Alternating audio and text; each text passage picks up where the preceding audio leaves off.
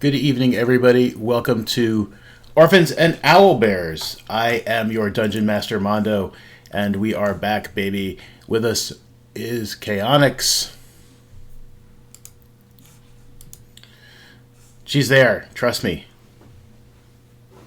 Pryler. Oh, maybe nobody's here. Is it just... Hello. Oh. She's here too. Yeah, for some reason, it just wasn't transmitting. Okay. So we may have technical like, errors with her mic right now. Oh, man. All right. Senataki. Hello. And Simple Minded. Hello. Dope. Here we are. We are back. I shouldn't cut out anymore. That is one issue I did wind up solving last week. I shouldn't be cutting out Oh, the end of God, my really? sentences. Yeah. What about like in the middle of your sentences? Probably still going to cut out in the middle of sentences because, you know, perfection is not achievable. Okay. Yeah, but... Because it's really annoying when you go to describe something that's very important and you just stop talking and we're like, was that it? Or is he going in, or is he still talking? Sometimes and then we get the half of the other half and we're like, oh yeah, he was still talking. Yeah, sometimes it's both. Sometimes I'm looking for the right word and I just stop. And other times it's a matter of, you know, like this is an example right here. Other times it's a matter of like my settings were just kind of screwy. I can't even remember the name of the setting that was giving me the trouble, but it no longer gives me trouble. So, you know, that's good. So far. I've jinxed it. Although I've claimed that I've jinxed it like every single time I've used it, and so far so good still too, but oh man, everybody doing all right?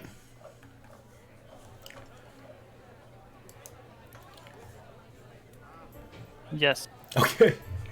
Yeah. Yes. I'm doing pretty. Oh, I there heard. was I heard you, KO. So did I.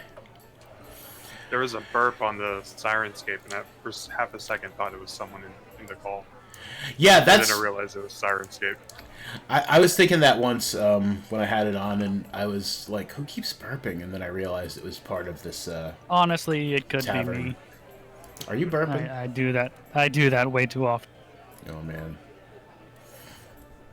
Who remembers what happened last time on Orphans and Owlbears? I was being cool, and then I got thrown out a window. That's true. That did that's happen. right. That's where all we I were. remembered. I remembered the ham. That's about it. Oh yeah, the ham on a stick. Yeah, there's ham on the stick. Yeah, you So guys... clearly we remember all the good plot points. Yeah, searching for clues as to what the hell is going on around here and looking for a man named Francisco. You talked to an old druid friend of his who led you to believe that you may find some clues to his whereabouts at the Mad Dwarf's Crossroads Inn. So you went there, stopping along the way at Oakhart to drop off your new acquaintance. I think friend would be strong, yeah? Yes. Yeah. Not a friend. Your new acquaintance, Orphan, you dropped him off. You went to Black Hollow. You got some ham on a stick. And then proceeded to go to the Mad Dwarf Crossroad Inn, where indeed the dwarf is mad. He's insane. He did something at some point that's involved with all this mess to really upset the Raven Queen, and she has made it so that he is just like kind of crazy and scared all the time. He can't fight. If he fights, he's just he's overcome with the screaming memes, the heebie-jeebies. So, And we killed some of those cockroach thingies. yeah. Or like light or like dark or something. Yeah, they had some sort of like Light darkness or, thing, yeah. Yeah, they were dark. Weren't they like trying to get light or something? I don't know. They are mean locks, and they feed on fear, and since like the Mad Dwarf is scared all the time, they like to fuck with him. So they kind of hang out in his basement and stuff, and he told you that he would give you access to Francisco's room if you would take care of these mean locks that are in his basement. So you did. And so you got to go to the room. A drunk girl was hanging out like upstairs. Some other guys like went to another room. I didn't draw doors for any of the rooms, so they were all open, which was, you know, that was my fault. All these open doors. And, yeah, when you guys like found some stuff, all these people who were pretending to be nonchalant were not, and a fight erupted. You guys did all right. You were holding your own, I would say, easily. Did you thunderwave that guy out the window yourself, or did you push him out the window? You pushed him out the window. You ran at him and pushed him. Yeah, right? I pushed him. Yeah. The guy who seemed to have been like in charge of these ruffians that were accosting you, and they weren't necessarily all ruffians. I mean, they were just like people. Yeah, Percy pushed him. The guy went out a window and was badly injured. The halfling bard who had been playing downstairs and was apparently a part of this team was kind of scared and he wanted to get away, so he decided to thunderwave Percy out the window.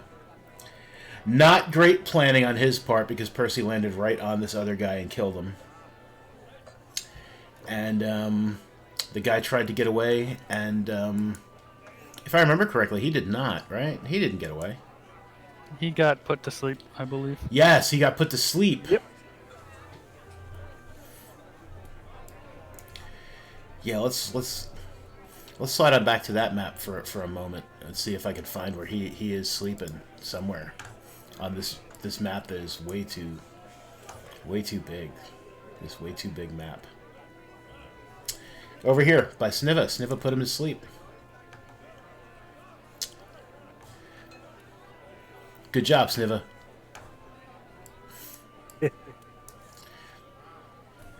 And that's where we leave you guys. Well, that's where we left you guys. That's not where we're leaving you now. That's where we're picking up. Oh, and the drunk lady turned out to be a doppelganger. And the real lady who she was imitating is still downstairs bothering people.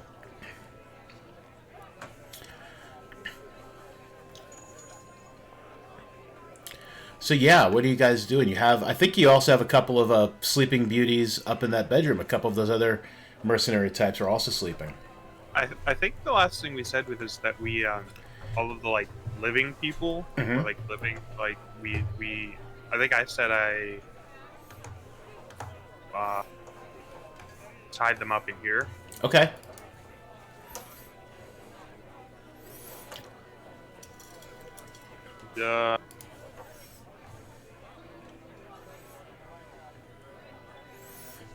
Yeah, I don't think we don't need a combat map at the moment. So you guys are tying those guys up in that common room.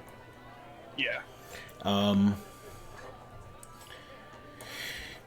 Percy, you're making your way back upstairs? Yeah, that's what I was. Okay. And you see Sniva with the sleeping halfling who knocked you out the window.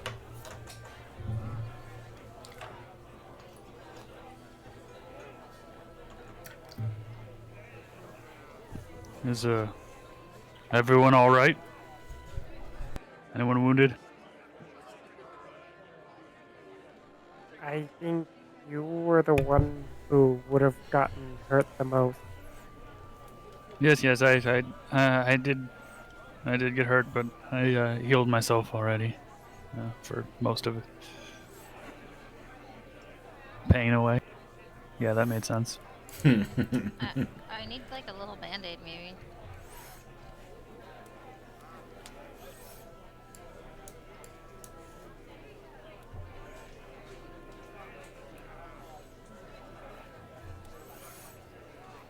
A band-aid. Okay. Someone bring her a band-aid. I'm reaching in my sack and looking for a band-aid. Okay. Can I have one with ponies on it? Yeah. No, surprisingly, actually, that's the type of band-aids I have.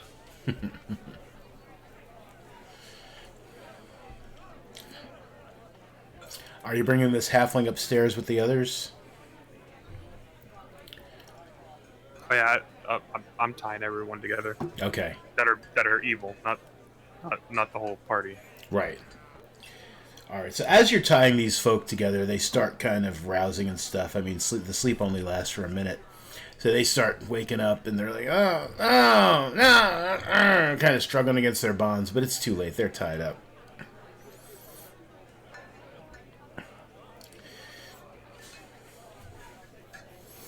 They all just sullenly sit there, all tied together, like just looking up at you. So the how many live do you know other than the bard? There were two. Yeah, there Two? were two. Let's we'll do it like this. We're gonna turn off dynamic lighting. We're gonna go back to the Mad Dwarf's Crossroad Inn. We'll turn off dynamic lighting so we can see everything without having to go nuts. Okay. And we're just gonna find the right floor. Okay. Yeah, here we go. Alright, so this is where the other two bandits were. The doppelganger is deceased. The two bandits here with the little sleepy faces on them are asleep, and let's drag this bard up here to join them over by Francisco's room. Well, in the common room, but you're close to Francisco's room. I'm gonna drag the doppelganger out of like the main area where anyone could just walk in and see it. Sure. Yeah. Because like I don't want like some creature thing sitting in the middle and people asking questions. Yeah, no, that makes sense.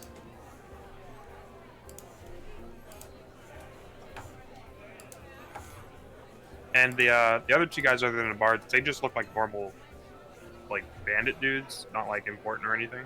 They don't seem to be important. I mean, yeah, they just look like regular people.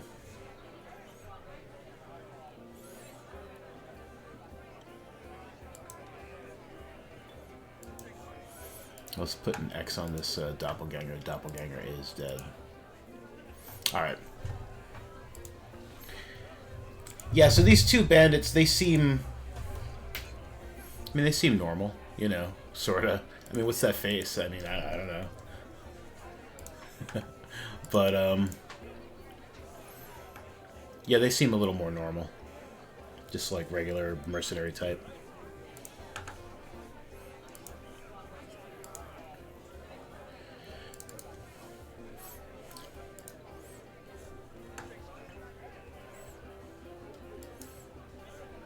One of them eventually speaks up. He's just like, "You'll be wanting to talk to the boss. Where is he? Where's the boss? He's the one you want to talk to." Well, then you're gonna have to tell us who your boss is. What's his name? Oh, his name is forgot his name. We got notes. My notes. You don't know his name? You should know his name. He's a powerful man in these parts. I'm surprised you don't know his name.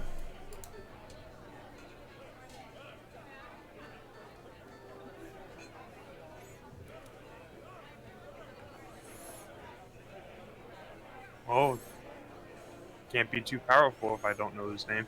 So I'm gonna have to ask you to tell me what his name is. Can't believe you've never heard of Morden Black.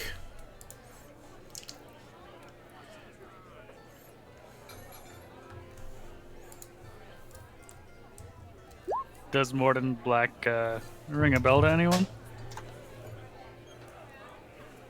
This is me asking the DM, like, would our characters know them? Gotcha. I would say probably not. None of you have heard of Morden Black. This guy might not be as important as his henchman thinks he is. So kind of like a Star Lord in Guardians of the Galaxy. Yeah, yeah. Also, I was just like I was looking for the name. I was just killing time. Can't believe you've never heard of this guy. Wow, wait till I find his name. I'm going to tell you what it was. Morden Black. So, what exactly does this Morden Black person do? Why don't you ask him? All right, where is? Did he get away? So the halfling, the bard is just like, I don't know if he made it. They threw him out a window. Jesus. Threw Morden Black out a window? He survived the fall. Well, But, he got away then. no. I got thrown out the window and landed and snapped his neck. The halfling just like hangs his head, just like, oh, fuck.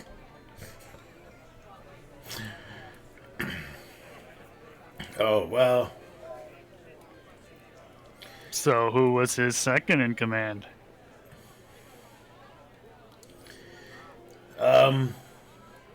I guess it would be you.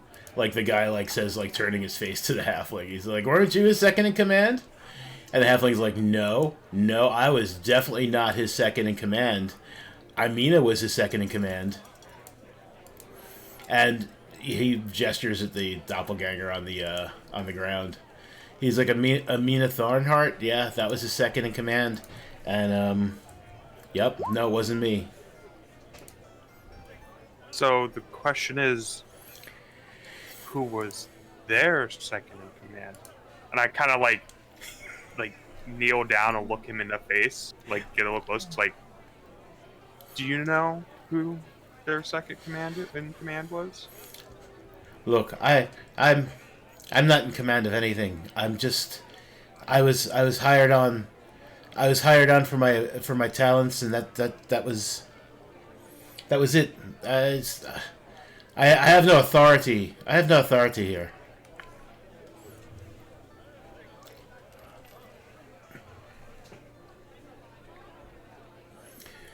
I mean, if they're both dead, I mean, we're just poor unemployed schlumps, just unfortunate waifs thrown to the wolves. As he's saying this, I was like, well, if you're useless, you're useless. I grab the back of his shirt and Okay. drag him, like pick him up to like take him out of the room. It's like, see, and then like trying to figure out how I can convey this like without giving it away. Like as I'm walking past everyone, I kind of like give them a wink. And it's just like, see if you can find out who's actually in charge of these guys.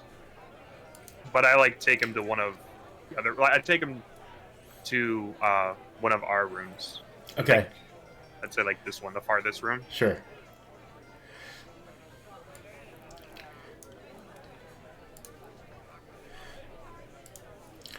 Well, I'm telling you, I'm not in charge. There's no one in charge left. We're all just hired men thrown to the wolves. Sir, please have mercy.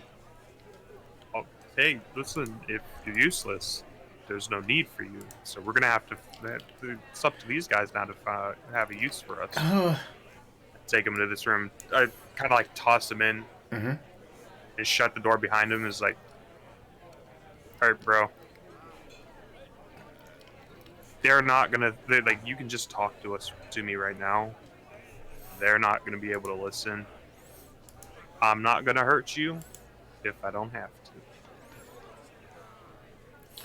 Give me an intimidation check. Should probably open the character sheet. That'd be useful.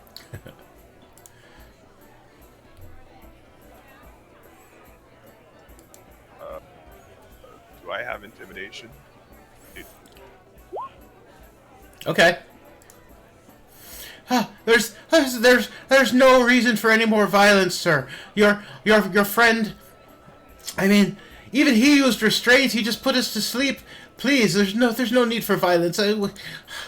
But honestly, no one's in charge. All right, We were just hired. by this Martin Black. What did Yeah. you say his name was? Morden Black. Mm-hmm. He comes from a wealthy family, and he fancies himself an expert in fine magical art and such. And he claimed that he had knowledge that Francisco was looking for something that was very rare, very valuable, and supposedly very beautiful, and he was like, "Oh, I'm going to get it, but I'm going to need some help." And so he and the doppelganger lady, I don't know where the other two guys were hired from, but I had been doing a little gig across the straits at Cliff Coast, and that's where they found me, and they said, "Oh, so you got some magical talent?" And I said, "Ah, yeah, I dabble." And they were like, "Well, there's good pay, and I need pay." What was he looking for?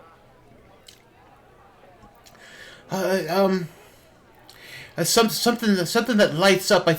I mean, he kept calling it the light. I mean, I don't think he was talking about the weight of the thing. I don't think he was talking about the gravity of the situation. I think he meant it was like something that lights up. He kept calling it the light.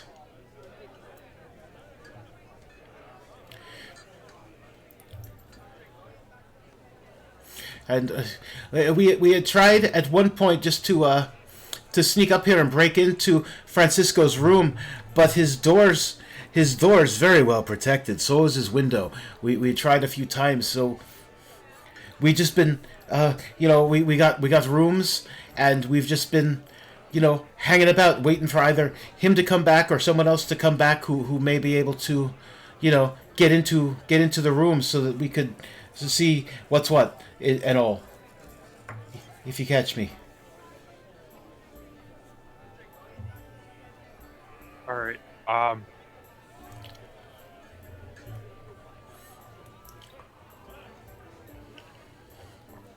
At this point, I'm gonna just kind of like shush him Yeah. and like peek my head out the door, see what everyone else is doing with the other guys. Okay, so what's going on in the other room? These other two mercenary bandit types, they're no longer sleeping. Let me remove their... We can grapple them, though, surely. Well, no, let's just... since the tokens are so small, we'll just leave them unexposed. Let's expose them. Okay. I am fascinated with the doppelganger, so I am just like grabbing it by the head and like moving it like by the jaw and like just trying to see all its like features and take in Okay. anything I can because it's something I haven't seen before. Yeah, it's like... And I'm very interested in it. Kind of like almost like a not really an autopsy, but more of just like a investigating the whole thing, being like, what the hell is this? Sure. Yeah, I mean, the body is kind of rubbery and such, but as you continue to investigate it, it seems to be like stiffening up, like it's losing some of the extra flexibility it had. And yes, KO, you would be. She asked if she was near me, so. Yeah.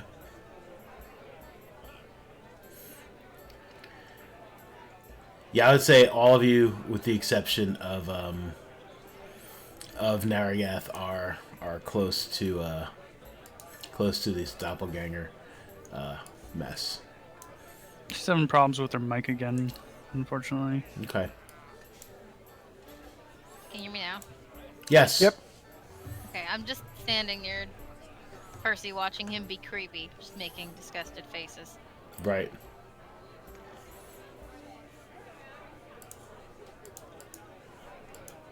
Yeah, my character would not really interrogate her.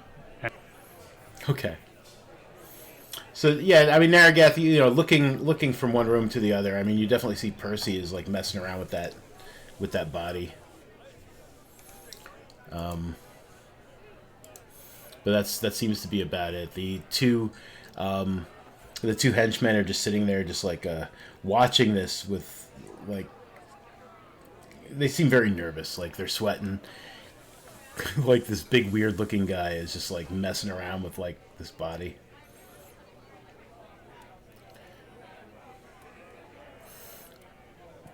I'm gonna start to search their clothes for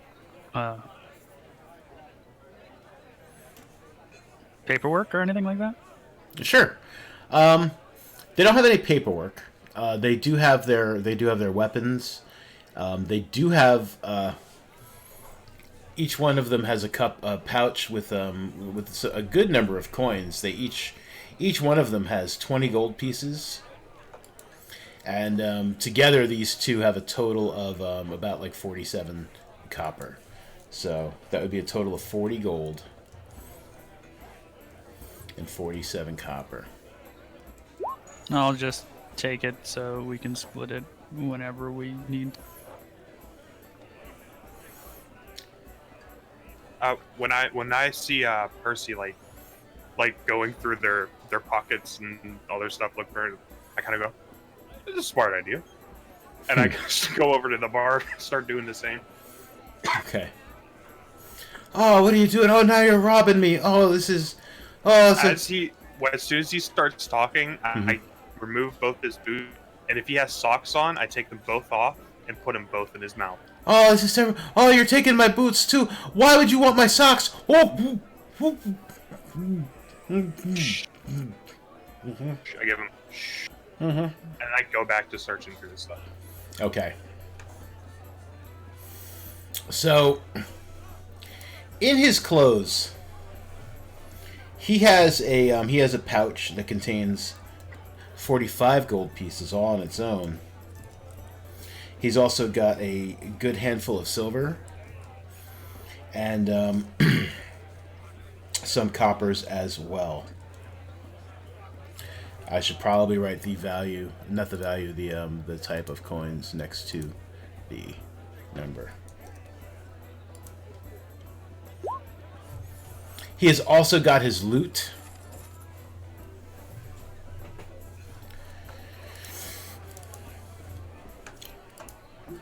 And his own, he's wearing a chain shirt. He's got a short sword, a short bow.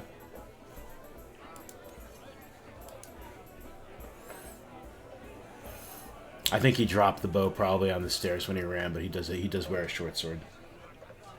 I'm gonna definitely take off his weapons and stuff. Mm-hmm. Like move those away. But he doesn't have anything like no papers, nothing. No like other than the gold and the weapons and the armor. Yeah, it seems to be all he has. You hear someone coming up the stairs. Stops on the landing. It's like, wow. Someone broke a window. Damn. Comes up the stairs a little more. And just like... I'm gonna like pick up the bard and take him out into like the main area. Yeah. I like walk past him and just like, "Sup?"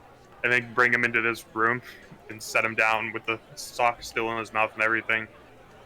Okay. And from there, I'm gonna go down to the first floor. Uh-huh. And tell the mad dwarf I'm gonna go up to him and talk to him. Okay. Well, so this guy, like, as you do that, this guy like walks over to this room here, and he's just like, are you guys gonna be long? I was gonna lay down for a bit. Are you part of this group? No, but it's like a common room. I mean, I saw those guys sleeping here, past few nights. I can lay down on the couch, if it's. And then he sees the doppelganger on the floor. He's like, oh wow. Yeah, I'm gonna go lay down on this couch here, and I didn't see a damn thing. And he lays down on the couch and quickly starts to snore. Yeah, so downstairs, yeah, you can go meet up with the mad dwarf. One thing before I do actually like leave the third floor. Percy, is that guy still down there? The warden dude? Yeah, he's on the kitchen, so it may be best if you go down a stair and jump out the window. Go take the stair to the left, and then try to jump out the window to the. Unless you can, go to the bottom floor and climb up. I'm gonna go talk to. Oh, what was his name? Tharkum. Tharkum, yeah. I'm gonna go talk to Tharkum first. Okay. Well, I'm gonna go do what I just said, because I was about to do that anyways. Okay. All right. Just don't break that window. I'll try not to. Why is this not letting me drag farther than like 2 spaces at a time? There's a border on the maps, so you can't drag your character to another screen. Oh, you should be able. Yeah, Yeah, you mine's should stuck be in able the to. small. Wow. All right, let me. Yeah, I'm Oh, sorry. you know yeah, they messed with the dynamic lighting, and yeah, restrict movement is still enabled even when you turn off dynamic lighting. Okay, you should be free to roam the map. So I'm gonna To move head- from out the cabin. Yes, you're now free to move about the cabin. Oh, this guy's back Where's here the cooking. top of the kitchen map? Come on, Mon. I didn't do the top of the kitchen map. My immersion. Okay, well, I go down the stairs and to the left, and then kind of start to open the window and get out onto the top of the kitchen, and I'm gonna investigate and look for stuff on that body. Okay. I don't know if I actually have to investigate, but that's just the word I chose to use. Yeah, yeah. No, you can definitely take a look at, like, his stuff. Okay, so he has a pouch with 60 gold pieces. He has 37 silver, 12 copper. He has a rapier. He is wearing breastplate. And he's got a real fancy-looking ring. It seems to be some sort of signet ring. Like maybe he's some sort of noble or something. Oh, and you know what? Let's also while I'm down here, let's give you all a inspiration card. In case we need those later. Okay, so you're searching. You're up on the roof searching that body.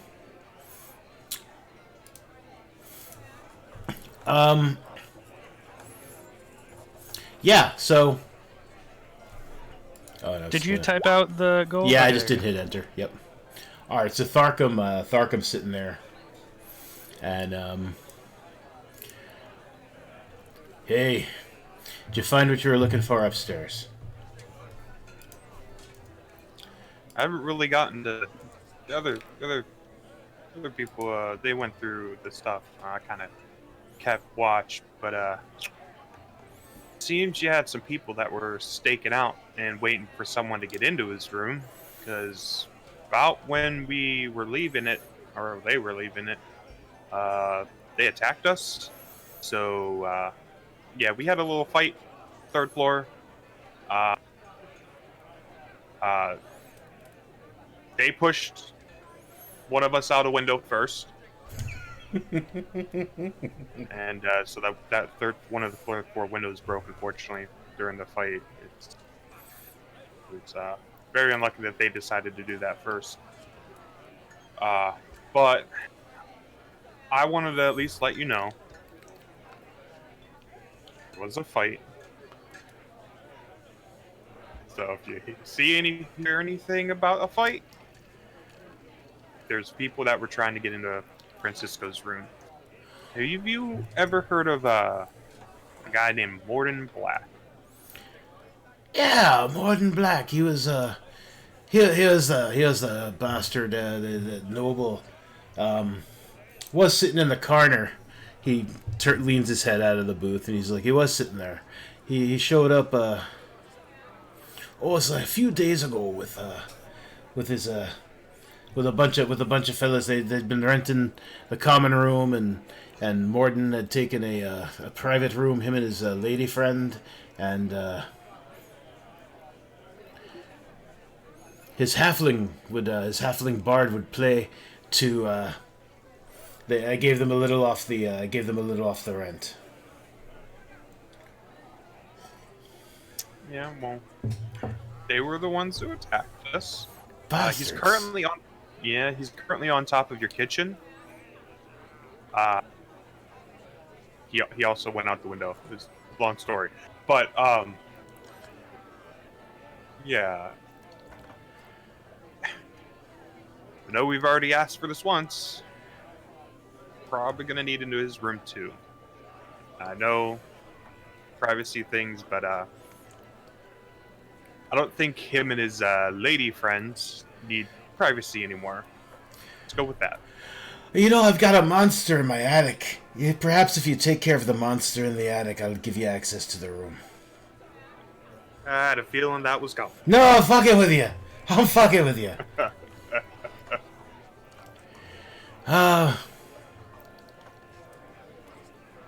So there's a dead guy on my roof, is there? Yeah. Alright, so I suppose I should probably get the dead guy off the roof. What about what about the rest of them?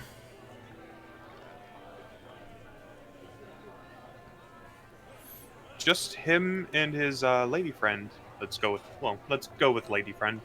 They're the only ones that died. The other three, the halfling, the bard, whatever. He's good. The other two that were with them, they're good for the most part. Okay, so I think there might have been one other one that died. It was a big fight. Alright. Yeah. I suppose we should set it out to getting it cleaned up. I'll have to talk to someone about that. Sure. Yeah. Let me get you the spare key to his room. Thank you so much. I reach out to shake his hand. I'm sorry, so much trouble we've been bringing here. We'll as soon as we get all the stuff we need, we'll be out of your hair. He seems a little nervous about shaking hands, and eventually he gives you his elbow, and he's just let's bump elbows. He's like I'm afraid of fingers. Oh, I'd bump his elbow. I'm not gonna question it. All right. Yeah, he goes off behind the bar, rummages around, and he eventually comes back with another key. Here you go. Do you happen to know which room was their private room? Yeah, if you go, it's the smaller corner room in the if I were to ping it on a map, or if I were to give them numbers or something, it would be that one. All right. Thank you very much. I'm gonna head on back up on upstairs then. Okay. Oh, that's not what I wanted. He calls a couple of his guys over, and he's telling them very animatedly, about. So it looks like he's telling them about needing to clean up a mess off the roof, and maybe a body or two, and they kind of sigh, and they're like, "All right, go about our business." Can we have a little scene, where one of them's walking out the kitchen door to look up, and just as the body flops right next to the door, because I'm rolling it off the roof. Yeah. One of them heads right out into there. the mud. Yeah. He's walking out with a ladder, a small ladder, get up there, and it just thud. I'm oh, thanks for the ladder. He jumps and he just looks up at you. I was like, oh. Okay. He leans the ladder against the wall. Still may need I don't know if you might need to scrub some of the blood staying up. He bled quite a bit. Okay. And it's quite easy to access this roof from the window on the second floor as well. All right. Thank you. Though, could you place the ladder so I could use? Yeah, he leaned it against the wall. All right, cool. Thanks. Okay. All right. Have a good one. I walk inside all awkwardly. Okay.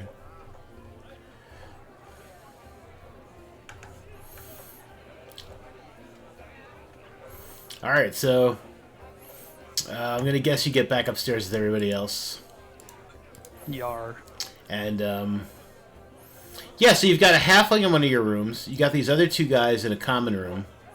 There's a guy who's had a little too much to drink, sleeping on a couch, and Naragath and Percival come back upstairs.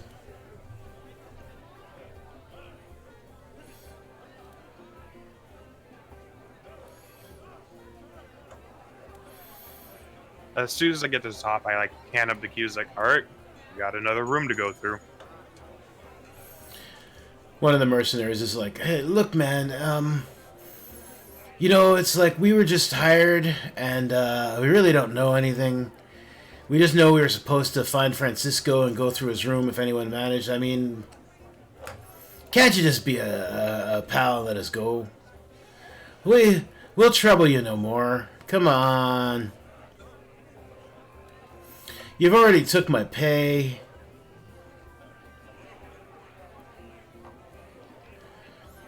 I'm just gonna ignore him. I don't want no trouble. Oh, don't ignore me. Oh, he's ignoring me. Do you see this, Frank? He's just ignoring me. Frank has nothing to say. Yeah, so you can, if you want, you can go to the other room.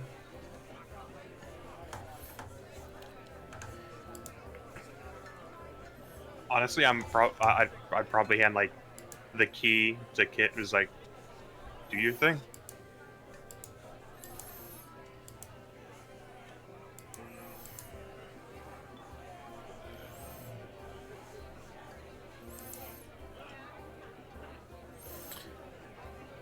If I know Kit, she's doing that thing she does.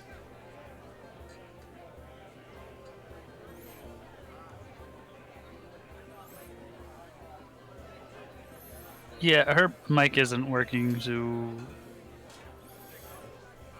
she is gonna be following me around awkwardly. Okay. So is she going to go to the room and, like, do her thing? Yeah. Okay. Alright, so this is the room here. And,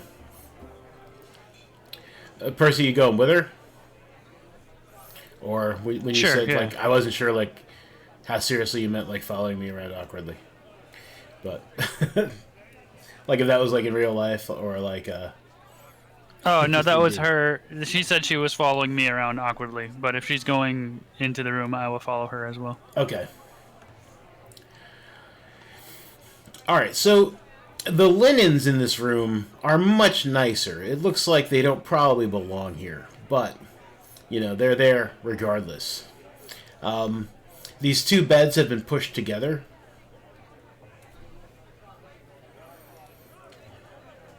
And there is a, there are a couple of, like duffel bag kind of bags, but they look kind of nice. They're made out of nice leather and stuff, and they look like they're very well made. There is a small chest with a pretty dope looking lock on it. And there are a couple of cloaks hanging up on a hook.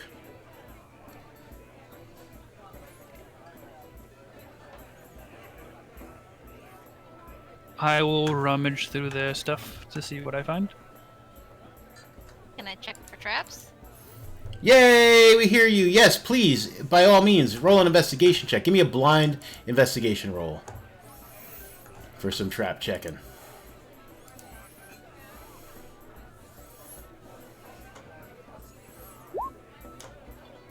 What are you checking? Like just the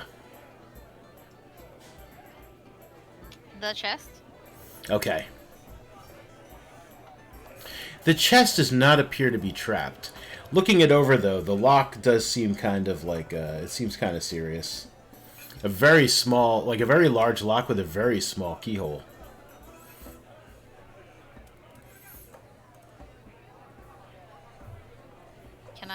Can you hear me? Yes. Okay. I want to try to unlock it. Can Sure. I cast guidance on her before Yeah. she does this? Sure. So I will grab my rune and like just kind of mumble some words that is unintelligible to everyone. Okay.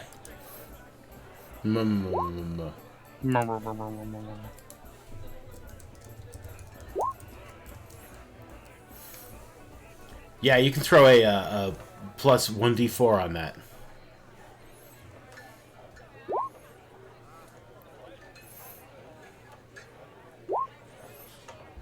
Yeah, that'll do, though. Yeah, like I said, this keyhole is very small. So you need to use your smallest, like, tools, and, you dick around with it for a minute, and then, like, sure enough, like, you hear it open. Click. Click. I swing it open. Oh, man, that happens. It swings open. There are quite a few coins in there. There seem to be some very nice gem-looking stones. There is Can I some... determine anything about the gems? Or are they just gems? Man, they're just gems. I mean, like, they all got weird names. But... there is a... cryo praise? You know what? Let's do this. A priopraise? A cryopraise, yes. Let's do it like this. Okay, so there is a chrysoprase? I don't know. I don't know what kind of thing that is. There is a moonstone. That's easy to say. That's good. There are 2 onyxes. A sardonyx, which is like 2 sardonyx. I'm sorry, 2 sardonyx, which is like worth 1.5 on. I don't know. Don't make jokes, Mondo. Just type the damn. Just type the damn. Copy and paste the damn gems.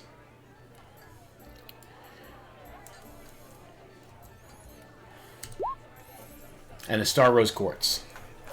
There is also a potion bottle with some sort of weird, like a watery liquid inside, but it's watery, but it looks like maybe someone spilled some, just enough milk to make it kind of cloudy, but it's still like, instead of like just turning into that eventually, like, you know, it all just kind of comes together in one nasty looking thing. The milky stuff seems to just be kind of swirling on its own. So it's kind of pretty if you're into that kind of thing.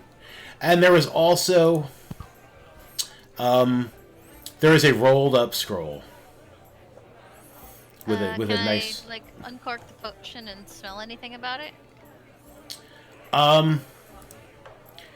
It smells like dreams. I'm gonna put all the gems in the potion in my bag. Mm-hmm. And leave the rest to Percy. Okay. Money bags. The coinage comes out to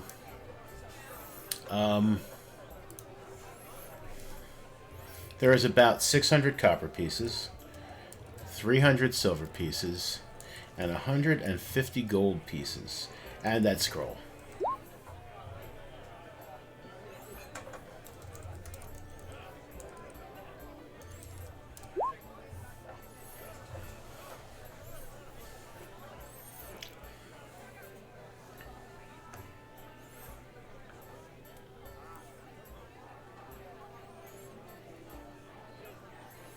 Yeah, I'm just adding my money real quick. And the box. The I box will is add nice, too. The small chest is nice. The box. Yeah, it's like Oh, the small chest. It's a small chest. It's a small chest. The small chest looks nice. It's very well made. Well, wood is finely I'm gonna polished. take that small chest. How heavy is the small chest? It's not that heavy. And then there are those like duffel bags as well. Yeah, I was interested in those duffel bags and also those cloaks. Yeah.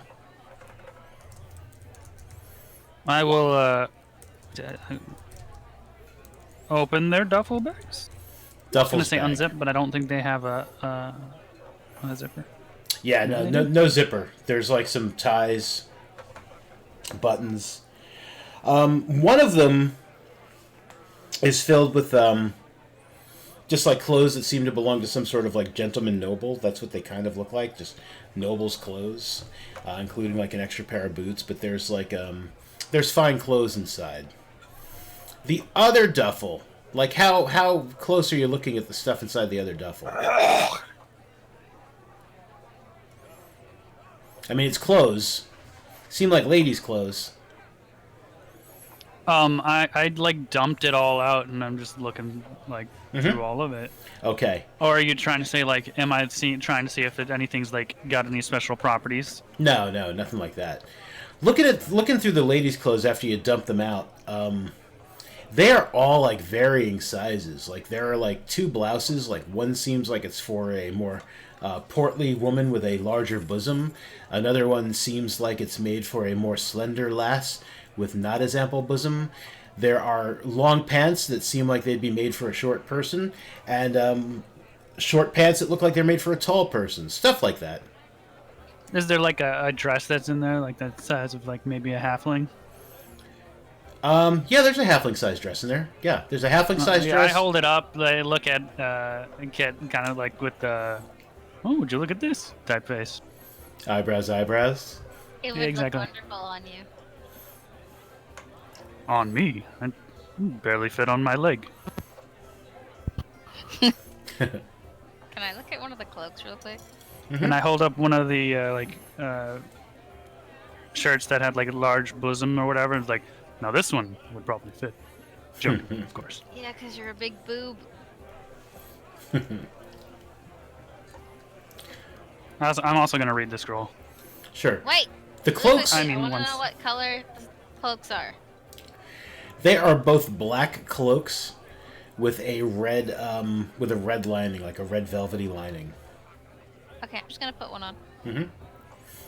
There's one that's probably like it was well, I don't know who it belonged to, but on a human-sized person, it would probably come to their waist. So I mean, that one would definitely fit you well. The other one you'd be dragging around behind you like a wedding dress. I'll wear the shorter one.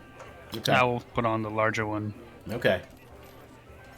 Now you can read the scroll. No, I could read the scroll before I put the cloak on. Yeah, the scroll is actually a pretty simple scroll. It is a scroll of protection from aberrations.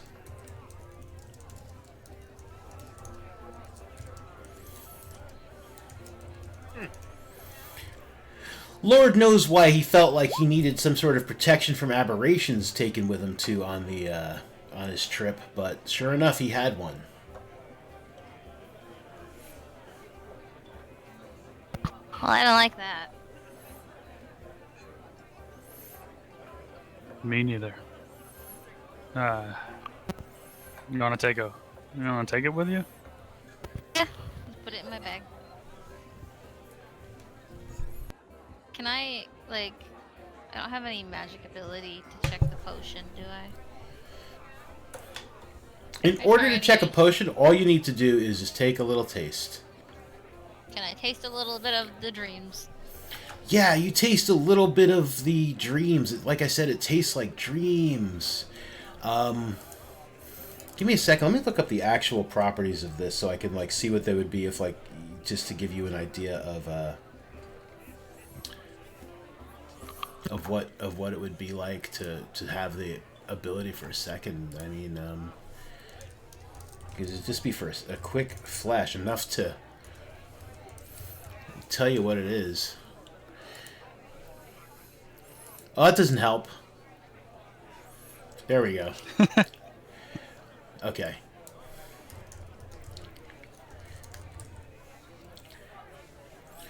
Percy, what are you thinking about, like, there? Like, you got this, like, you got all these clothes and stuff. What are you thinking about while you're messing around with these clothes?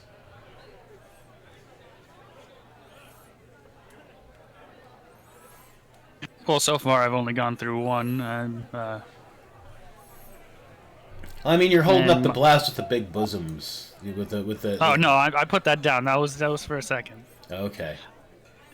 Yeah, I'm just kind of rummaging through their stuff to see if anything could make, like, I don't know, maybe they have some notes or anything that could make sense of all this. Kit, you take a sip of this potion. Percy is thinking about the nice frilly things he found in the other one, but he's really hoping that he can find some sort of notes or something to make any sense of this. And then the feeling goes away, and it appears that you have a potion of mind reading. Ah, cool. I'm gonna save that.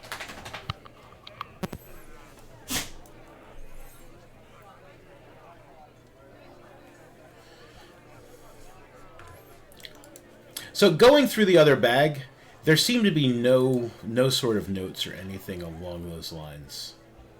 It's just his clothes. He had his clothes, his money, and his doppelganger girlfriend's clothes.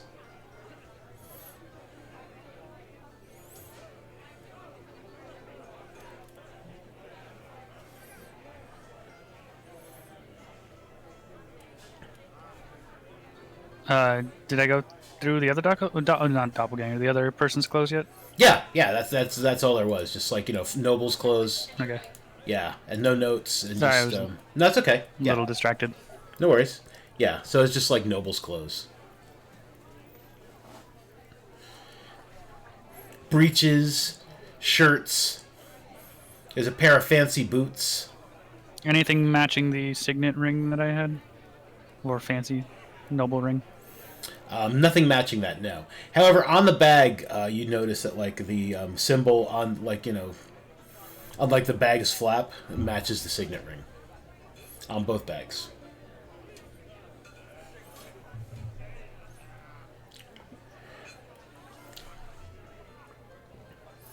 Let's say it's a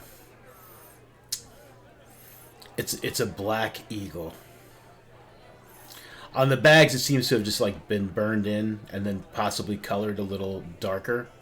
On the ring itself, the ring is gold, but the black eagle on the ring seems to be made out of some sort of like onyx. Ooh, fancy. Mm-hmm. Yeah, I don't know what more I'd do here. Okay.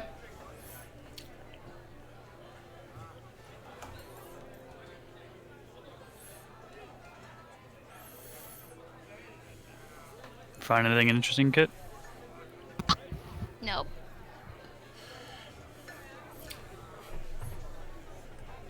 Just fancy cloak. Alright. Gonna sashay out of the room now. Okay. Bow chicka bow bow.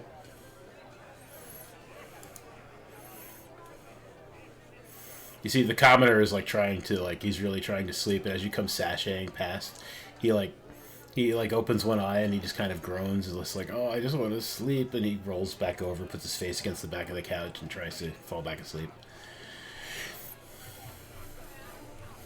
As soon as they come out, I'm gonna say, like, so you guys done with that rumor and everything? Pretty much, I guess. Uh, Nothing of value, really. no, there's nothing about like. Scroll to protect against bad guys. Boy, there was no like.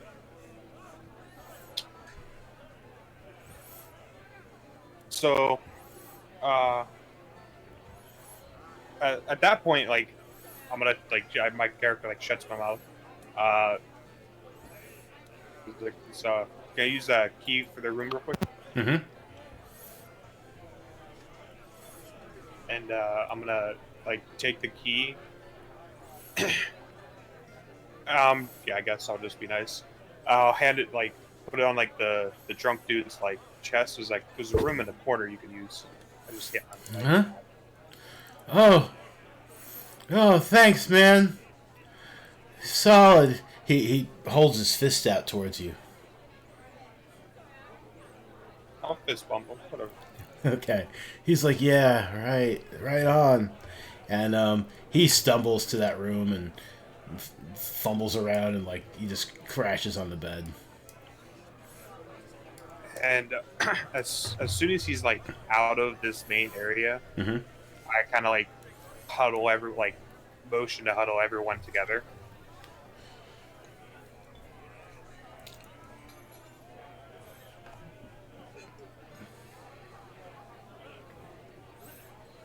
I huddle. What's up? So there wasn't anything about like trying to find some sort of light or something.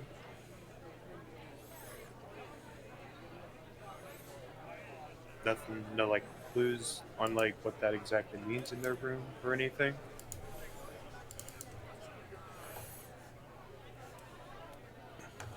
We didn't find any clues, I don't think. Nope. Just. Nope. Is anybody The bandit who has not spoken up, or the henchman that has not spoken up at all yet, and who actually was wounded. He was down to 4 hit points. He's just like, hey, all right, what are you guys talking about out there? I look, if you let me go, I'll tell you what I know. I know more than these guys. I overheard some stuff, and the other like henchman is just like, what are you doing? Shut the fuck up. I overheard them talking about some stuff. If you let me go, I'll talk. I won't bother you. I'll tell you what I know. Okay. Talk. Just like you untie me from this guy first, and I was pretty badly hurt, and I'm like, I can feel my bones cramping up on me. Can you tie him to something else? Yeah, I'll just untie him, but in a way that his hands are still, bound up. Okay, yeah. And like definitely hold on to like the rope tied to like his hands. Mm-hmm. And hold him and bring him out to talk with everyone.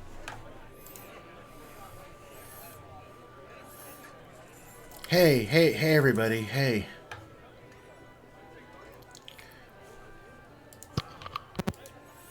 How's it going? Pretty sure we're past pleasantries at this point. Just talk. Yeah, okay. All right, look. I heard these guys talking. Black was talking to his lady friend. I don't know what the heck she was, but I see now she wasn't normal. And that's disturbing, right? Am I right? I'm right. Okay, so they were saying that he hired out on some pirate ship or something, and not because not because he was like doing piratey stuff, but because like he was they were heading someplace where he might be able to find this light, so that's why he hired on with them. And we know he didn't come back with it, but they said something about like there was like one of the shipwrecks. He thought it might have been one of the shipwrecks that are littered all over the place. They said something about like infernal, hellbound something. I don't know, but like the fiery hellbound bastard. I don't remember exactly what the name of the ship was, but it was something like that. And they were thinking that he either knew that it was there, or that like, he would, he had some sort of information about it or something. I don't know, but something along those lines. I've got really good hearing. I mean, I didn't hear everything, but that's what I know. That's what they talked about one night, and I wasn't listening at the door or anything. No matter how weird their relationship was, it was just I got good ears. Weird? What? You said weird? Yeah. Racist. Well, I didn't know it was like that. I didn't know, like, he's glancing, like he's trying to, like, lean back, like, glancing over to the body. He's like, I didn't know it was, like, weird like that. I mean, just, the, all the little names they called themselves, and, like, oh, my little pumpkin pie, oh, my lemon drop, oh, and all the noises coming from their room. I mean, when you've got good ears like me, it's like, sometimes you just wish you had cotton to stuff in your ears. I suppose I could have done that. I could have invested in some cotton to stuff in my ears. Damn. Okay. But really, that's all I know. I mean, I was just hired by these guys as muscle, and I mean, come on,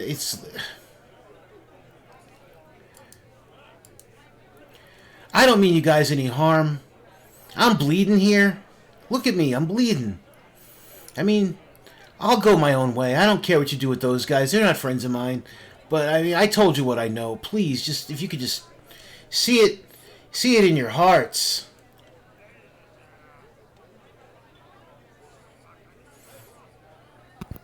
What do you guys think?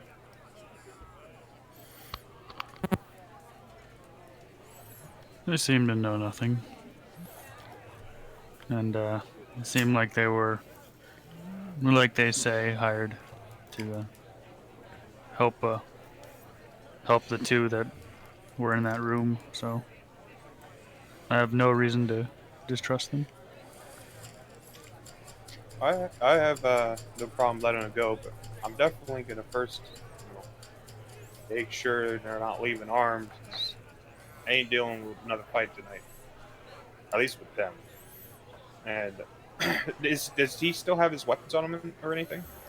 I would assume that, like, as you guys tied them up, like, you at least, like, push their weapons away from them, or, like, you know, yeah. Okay.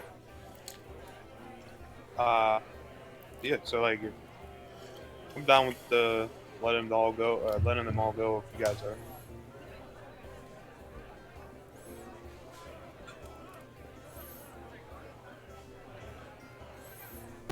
If we're gonna let them go, we should keep their weapons and stagger them. Make them leave. Not all at once. I don't trust them. It's not a bad idea. And the barkeep might want to hold on to one of them to pay their debts for breaking the window. I mean, I don't have any money anymore. You took it. Well, you could, work it off with your loot. Oh, this is that mercenary there. No, I thought we were untying all of them.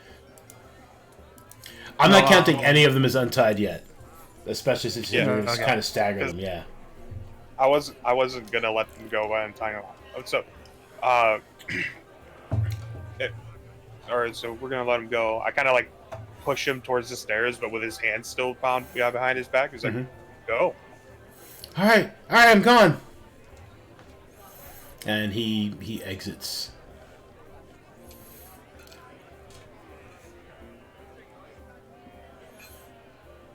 Real quick, he was talking about a shipwreck. Since I was like before the adventures and stuff, my like working on the docks and anything, would I be able to is there like a role I could do like for figuring out the name of that shipwreck he was trying to talk about? Yeah, maybe. Why don't you give me a history check with advantage? You work there. Okay.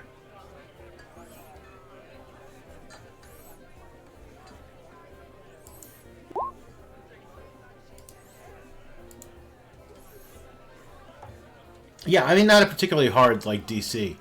Um, so, yeah, there's a shipwreck in the straits, in the rocky part of the straits, right between that other little island and Hog's Feet Cove, called the Infernal Traveler.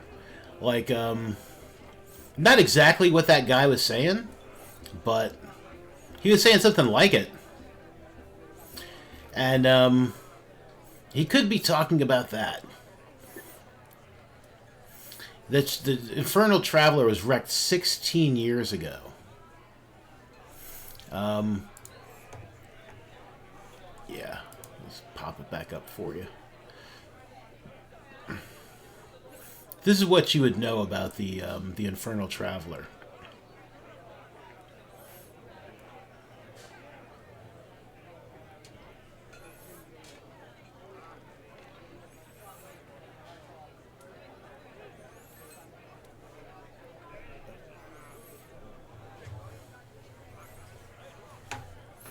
And for a little more,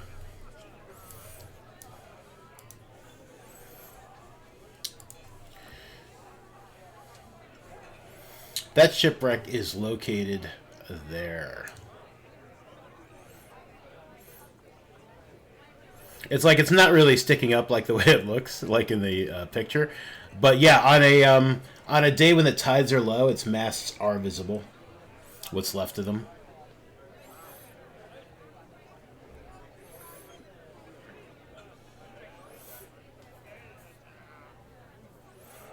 So after he heads, I'll probably get ready to let the other like bandit.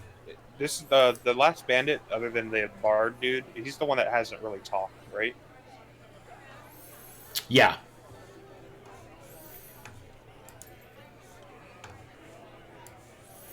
Yeah, he hasn't had much to say.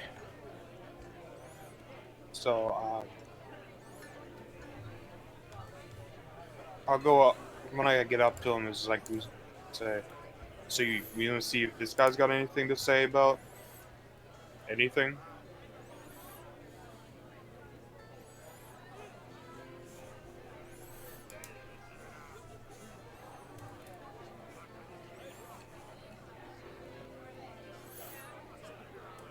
Were you asking something of the other party members, or were you asking something of me? Yeah, it was a part of. Okay, yeah. He's just glaring up at you when you say that. Shrug my shoulders.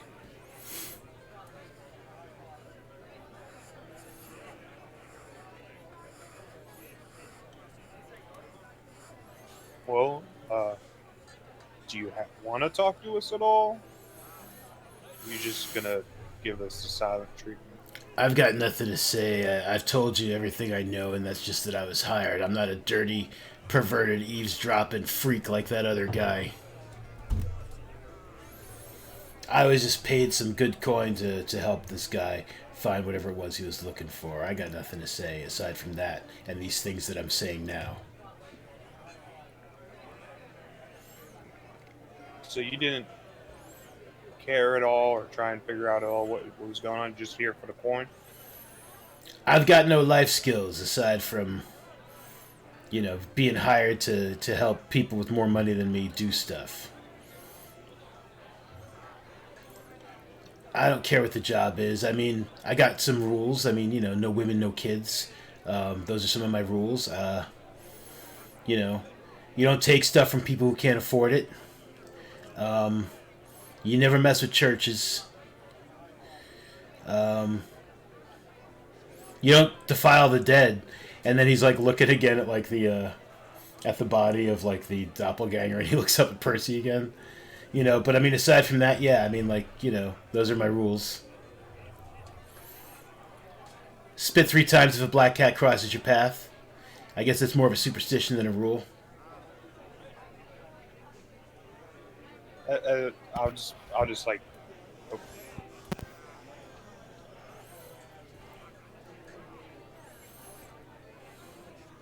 Just like pick him up and it's like, well, I mean, no one else has anything to say. So we could just let him go as well.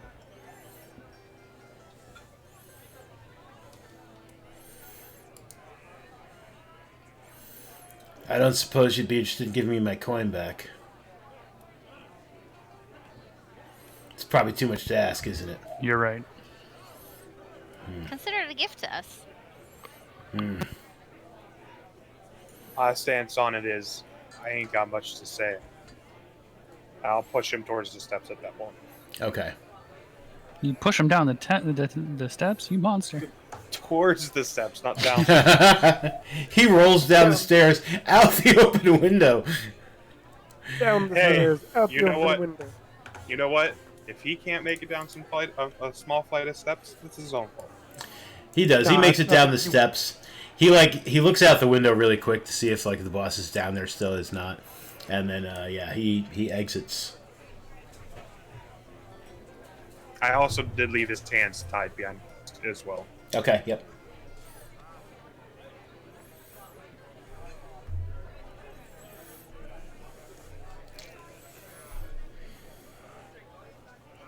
I guess Celeste is a bard. I mean, I think best thing is instead of letting him go, we just let him work here, pay off everything.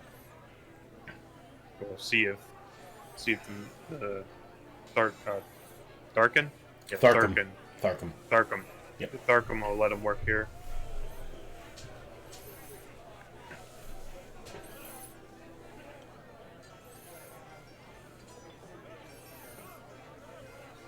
I mean, it doesn't sound like a bad idea. But, I'm getting a little tired. Do you think it'd be wise to stay here for the night? Or should we find somewhere else?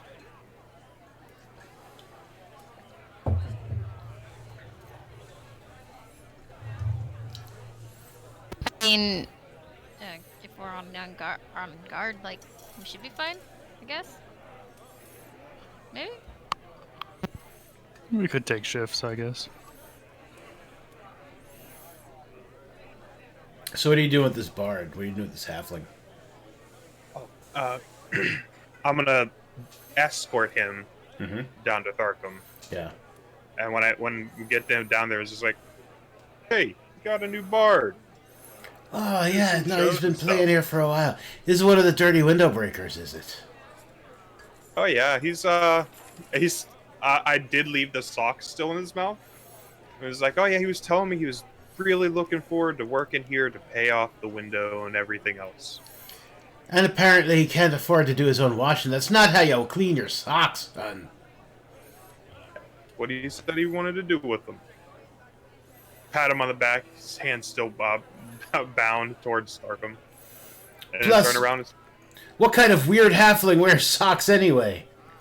I mean, they're usually barefoot. You're a weirdo. But you say he'll play for us for a while longer. Is that true, son? And the bard, he looks around and he just kind of nods, gives a little shrug and nod. Go ahead, take the sock out of his mouth. Let him. yeah, I'll carefully trying not to touch them too much, pull the socks out of his mouth. He spits a little, and he looks at Tharkum and he's just like, Noble Black, he didn't like this looking at halfling feet, he said, so he made me wear socks and boots. It's probably the greatest shame of my life.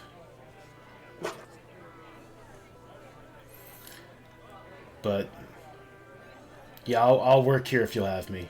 And yeah, they seem to be gestures for him to sit down, and the bard sits down, and they start working out whatever.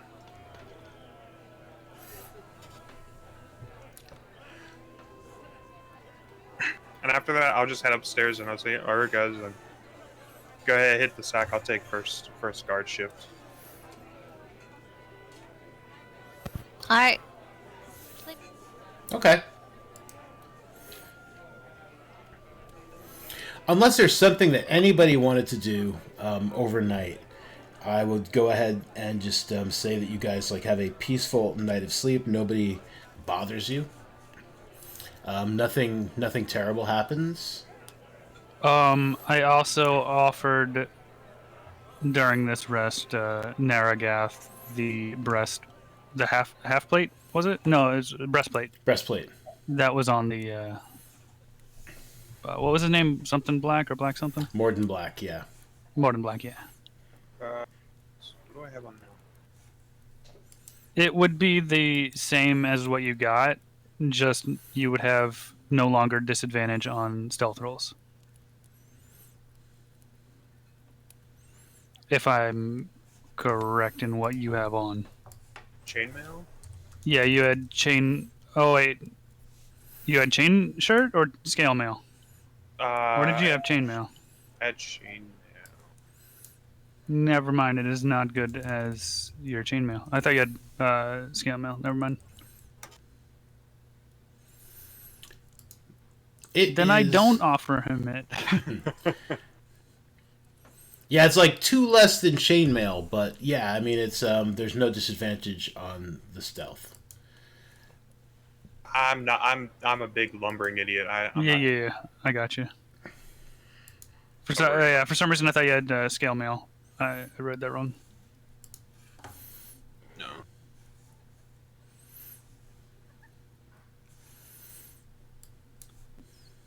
Does anyone else wear medium armor?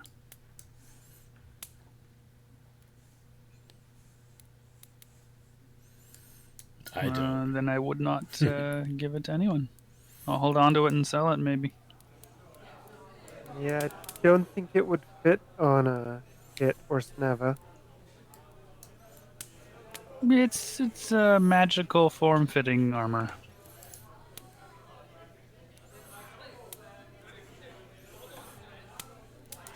I think that actually is what like the books say about armor is like armor fits on everyone. No, I'm not being. I'm not joking. It does. Yeah. At least from what I remember reading. Yeah, that's what I remember. Like armor is like always. I know some people have it to where, oh, you have to go get it tailored or something. And I'm like, that's a weird rule, but I mean, if that's how we'd play it, that's how we'd play it. I mean, it depends. Like magic armor automatically will fit anyone who puts it on. If you were fighting like someone who was really, really fucking big, like an ogre that was wearing like plate mail, I mean, I would be like, yeah, you can't wear ogre plate mail. Yeah, you see that would make sense. But Yeah. anything within like the normal player characters, I would say it can fucking mold. Yeah, you can like adjust straps or whatever. Cut some chain links or something. I don't know, but Yeah, because I remember we were fighting ogres in one of our campaigns, and you're like, you can barely wield this axe. I'm like, oh, never mind, I leave it.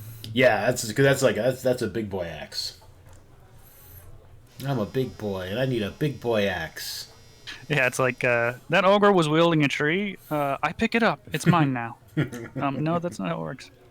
Anyways, we got off subject. We're sleeping, so that's a long rest. That is a long rest. You guys get a long rest in. You are back up to full hit points. If you spent hit dice, you get half of them back. You get back all your spell slots, any other features that you may have used. Oh, I lose my temp hit points. Forgot to add those. Yes, and you will lose your temp hit points in the morning.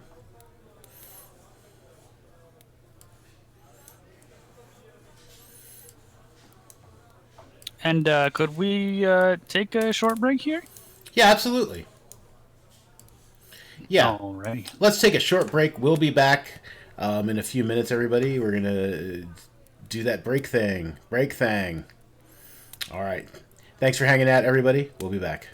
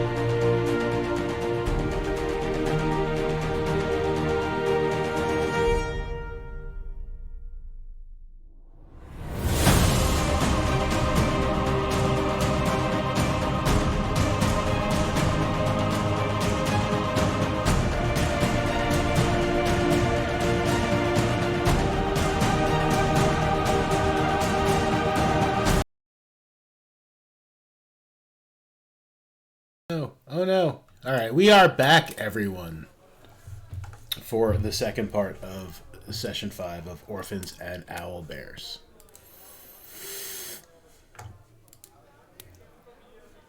Alright.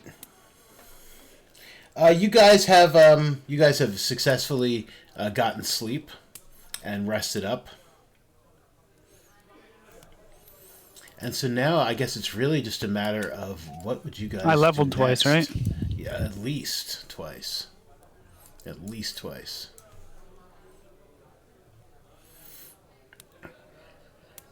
So it's really a matter of like, what are you doing with those levels?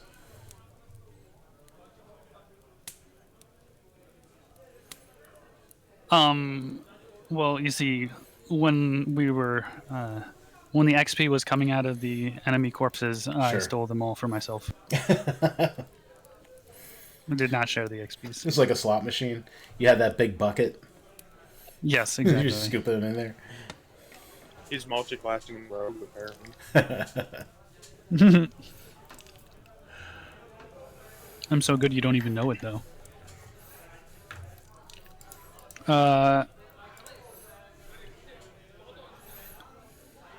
So I guess we decide what we do is what happens next. Yeah, what are you guys going to do next?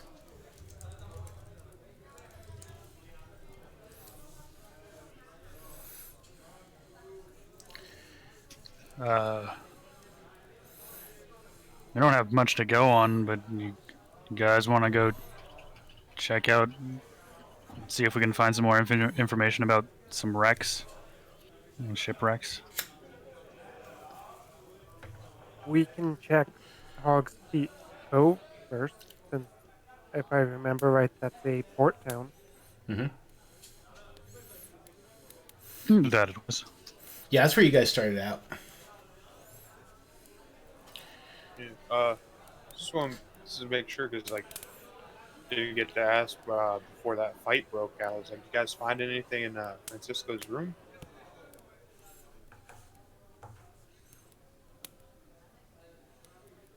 Man, it seemed like it happened so long ago. It's hard for me to remember.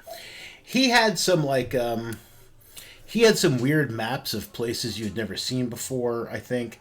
He definitely had some like notes that said something about a potion of water breathing ? Hat of water breathing ! And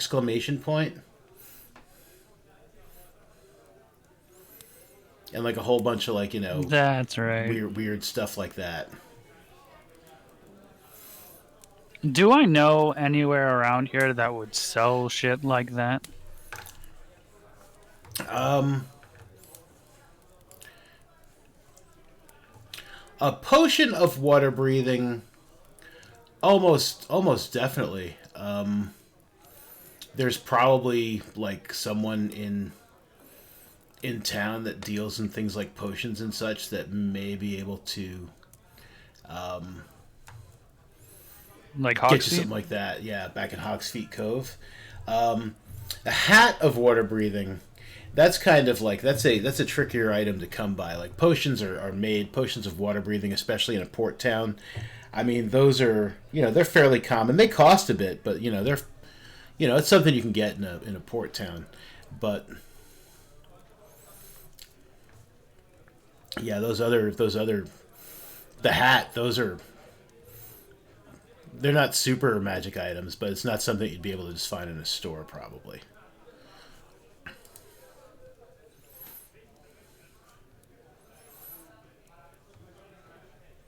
All right. Y'all want to at least start our trek towards the river?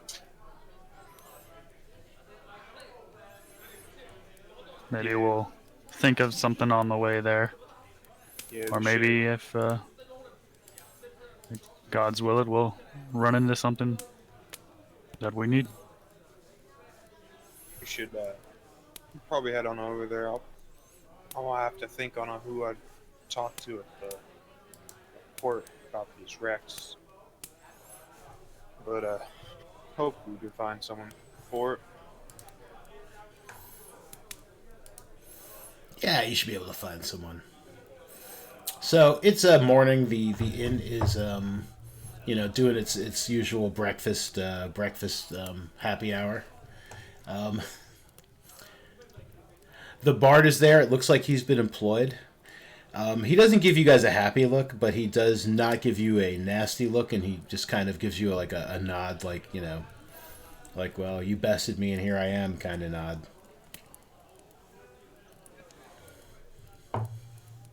Is he playing something? You said. No, not yet. He's just there. He is sitting on the stage though.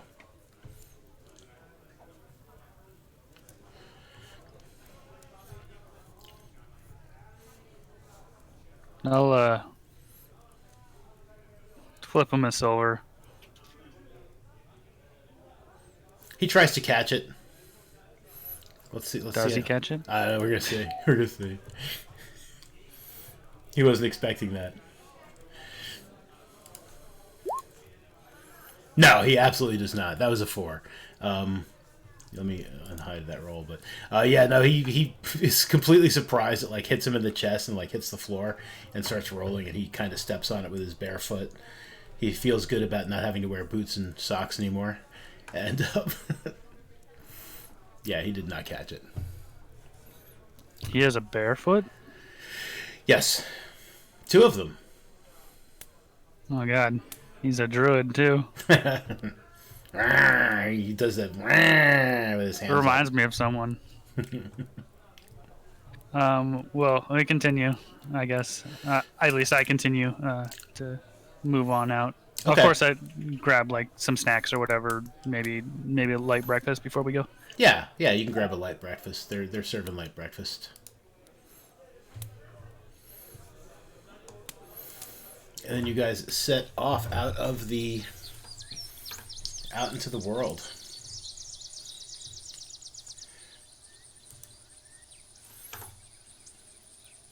So Hog's Feet Cove is just down the road, about 6 miles. So you figure you probably should get there by early afternoon or so. This is a nice road, not a rut road. Oh man, you had to say that, right? It is a rut road. There's ruts in the road. Ah, God. The rut road. Oh man. Yes, we can. I continue down the You rut guys road. made those dwarves walk. Hey. Forgot all about that. Okay.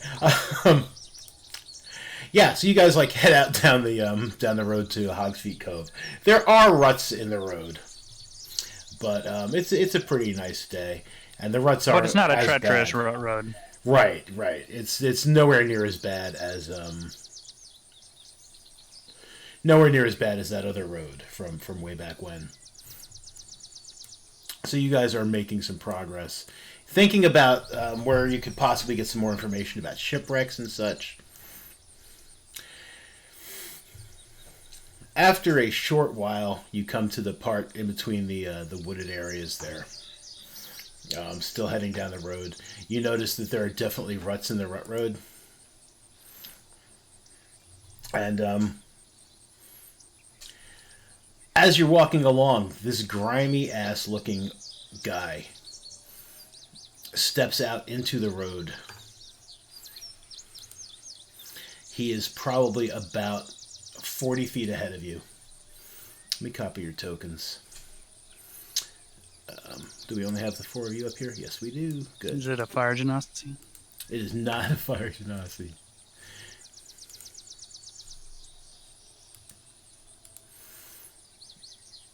Oh wow, you're still tiny. Let me embiggen you. When I copied you over to this map, you were so tiny. I was like, that's not fair. They're so tiny.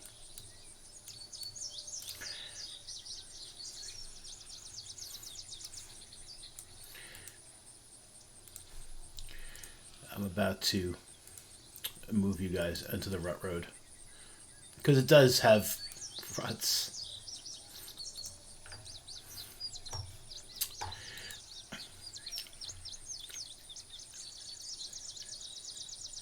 Yeah, so he steps out about like I said, about he's about 50 feet ahead of you. He just comes walking out of the woods. He looks like this. He's nasty looking. And he says in broken ass common, "Stop! Toll to pay."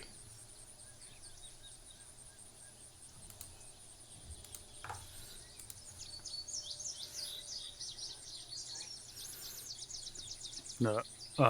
How much is the toll to pay? Drop everything. Everything. And he's like motioning like he wants you just to, like, he's just waving his hand down. Drop everything. And what if we don't want to? You die. As soon as you say that, like, I'm just gonna start walking towards them and drawing my sword. It's like, here we go again. Okay. So, yes, here we go again. Give me 1 second, and we'll do some initiative here. And I'm kind of like, what? I wanted to talk to him, but I kind of gave up. I mean, you could still try to talk to him on your turn if you wanted to, but it sounds like people want to get read.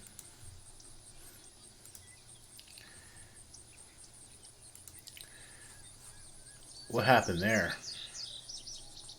There have been some problems with the API as well today, so that's been a pain in the ass. Well, I crit my initiative. It's been my first good initiative. Nice. Oh, nice. That's a Something. very interesting initiative. Yeah. Okay. Oh, wow. I crit, and still she goes first? What the hell? All right, so you start walking forward. Who is that, Naragath? Yeah. He's like, no, drop things or die. And as he says that, there's some rustling in the woods around you, and some more orcs are stepping out into the zone. They are zone orcs, and he is raising his what do you call it, his spear in a threatening manner. Kit. Oh, I'm just gonna shoot him, I guess. I get sneak attack, right? I get sneak attack? No. No.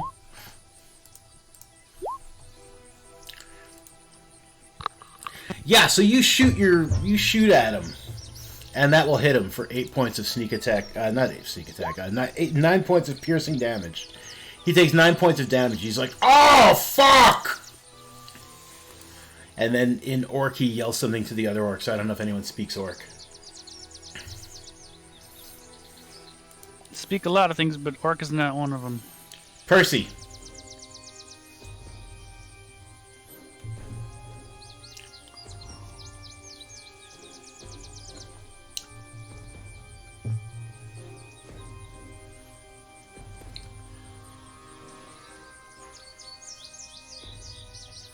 Percy?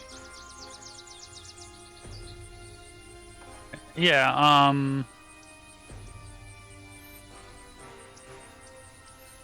1 second. Sure. Shit. I am going to, position myself where I am already positioned. Never mind. Okay. Yeah, I'm just gonna hit.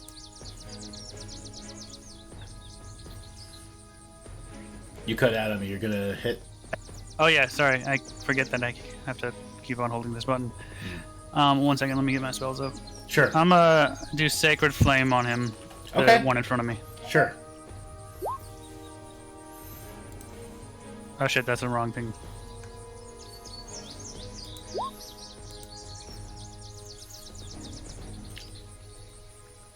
There you go. Thank you.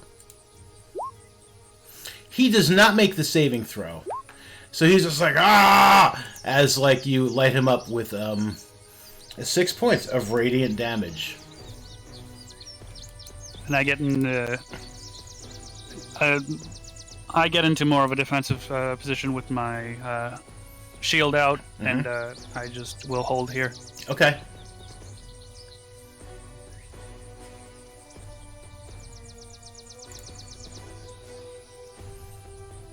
I'm trying to end turn, it didn't do it. Yeah, it's the APIs are sometimes, it seems like they might be a little borked.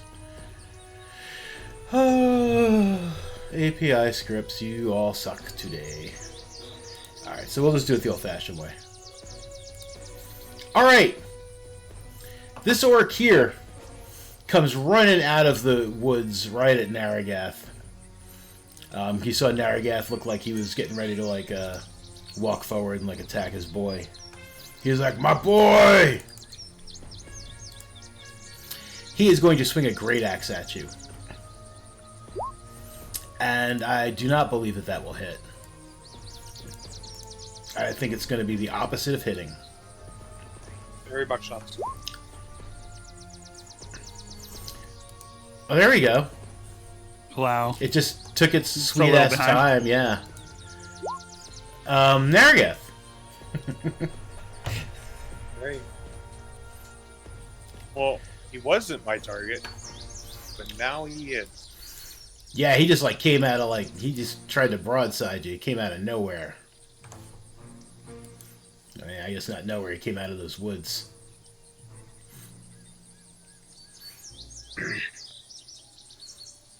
First things first, I'm going to use one of my fighting spirits. Okay. That's the wrong way. Just give me the 5 hit points, I believe.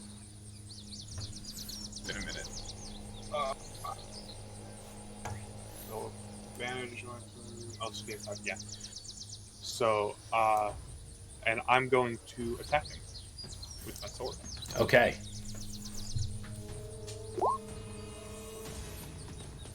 That will hit this orc.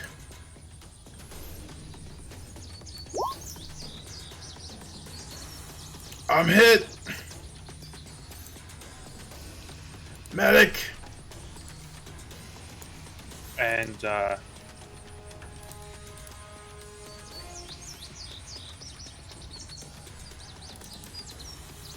he takes 8 points of damage. okay, so I don't actually have to ready that. I'm actually gonna end my turn there. Okay. Come on, damage. There we go. Alright. This guy here, this big guy who started this whole trouble by trying to rob you in the middle of the road, he is going to...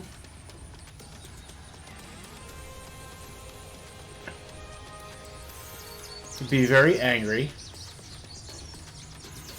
And he's gonna...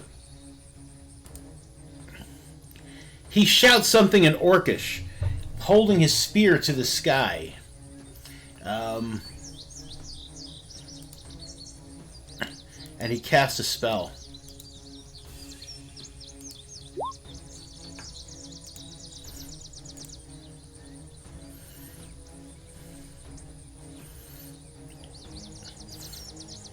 On these other 2 orcs that are near him, as long as I can get to... There we go.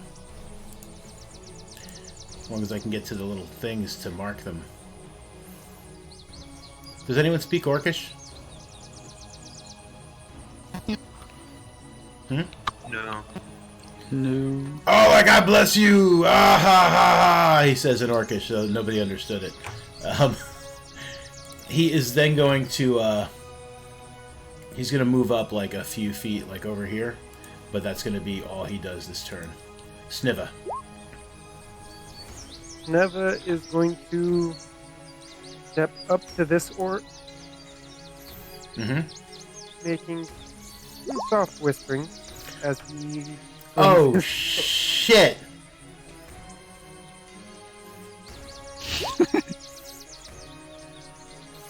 Hot damn! This orc is dead. I mean, I'm going to do the math because it's fun. So that's 16, 18, so that's, 30. So...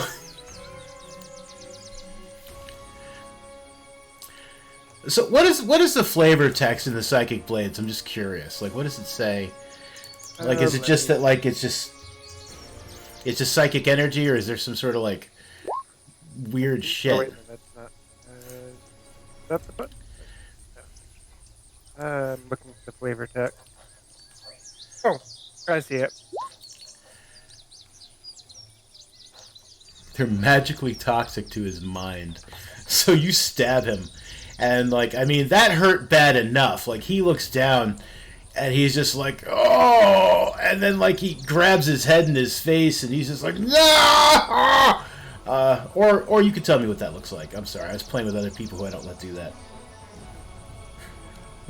Well, as he was kind of stepping forward, whispering a little bit, mostly in Draconic and kind of not so much gibberish, but kind of more like a mantra, Yeah. and just stabs right to his chest, which, due to his diminutive size, Right. goes under the rib cage and through the heart. Okay. Dope.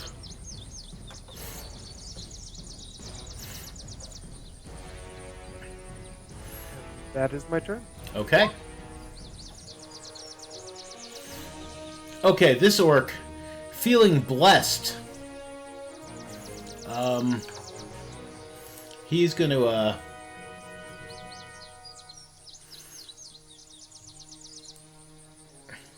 he's gonna be aggressive. And he's gonna run straight up on Percy, feeling all sorts of empowered by being blessed and shit. So that's his aggressiveness does that. And then he's going to slash at Percy with his great axe. There it goes. It definitely hits. Ooh. Doesn't even need bless. He does not need bless. For 14 slashing. Ooh. Fuck. That hurts. Yeah, it does. And in common, he's just like, feels good! And that will end his turn. This other orc is going to, he is also going to be aggressive. He's going to run out over here. And, he is going to chuck a javelin at Sniva. Oh. He also does not need the bless. For 5 piercing. And that will be the end of his turn. Kit. I'm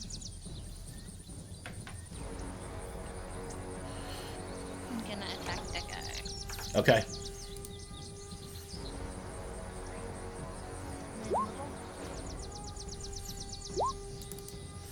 Yeah, that hits for 15 points of piercing damage. Some of which was because it was sneaky. Sneak. Yeah, he... fucking hurts, he says in orc. Okay. Percy.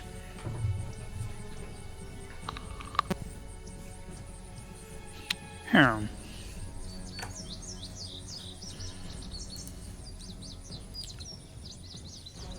Percy is going to... I'm not sure yet. Hold on. I guess I should probably heal myself.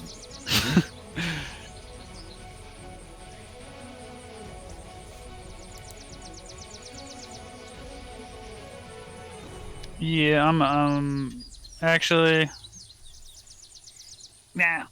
That's how I feel. Let's see, which one's the healing? Not healing word, cure wounds. I'm gonna cure wounds on myself. Okay. That is not the button I'm supposed to do.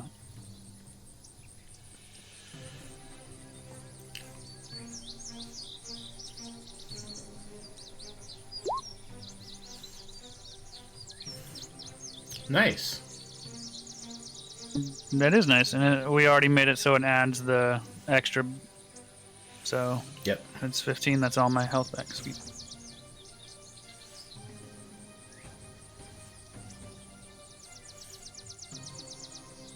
What's that round 0 doing there? Okay. What's that? There's a little extra thing in the turn order. I was like, what the hell is that doing there? I got rid of it. Let's see. I think I will end my turn. Mm-hmm. Nargath.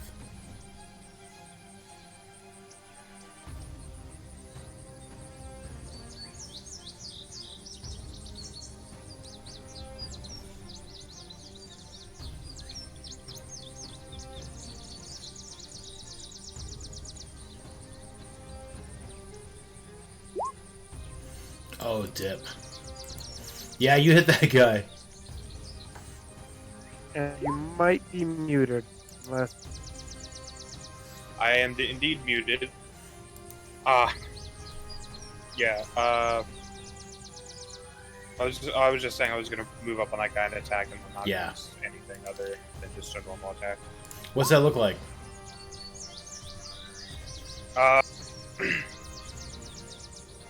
I kind of like do a small charge up and stab him as I get up there, and then push him off my sword. Okay. Both of these guys have been killed by crits.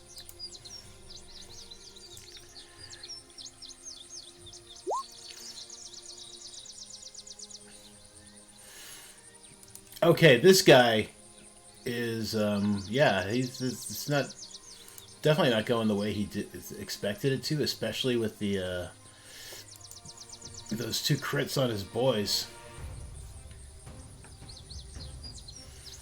He is going to,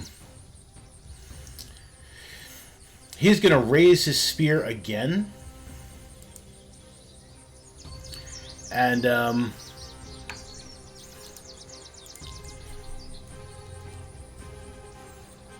oh boy, what would he do? He will,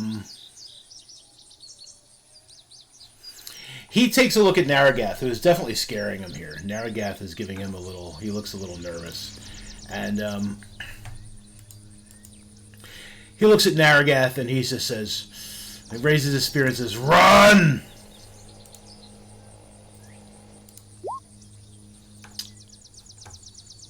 He casts command at you.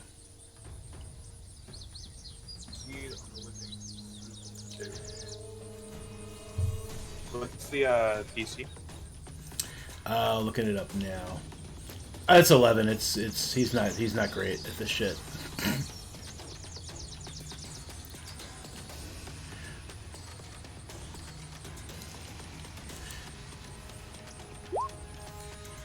Yeah, you can ignore him. He then starts backpedaling, like as quickly as he can. And that will end his turn.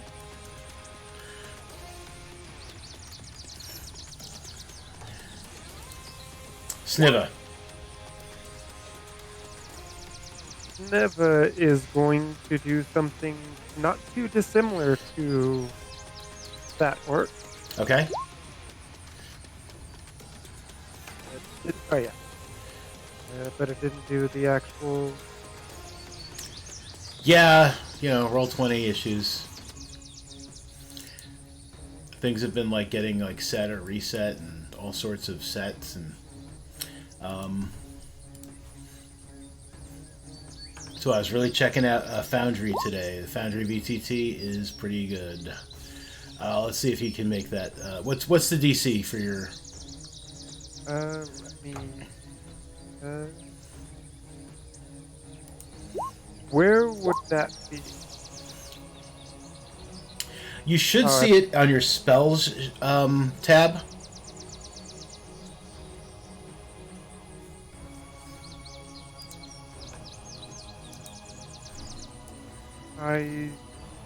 think that with an 18, I think he'd be able to resist it anyway. Yeah, but your 13 is your spell save DC.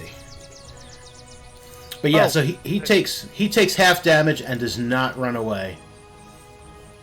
But he's just like, I'm in terrible pain. That will be my turn. Okay.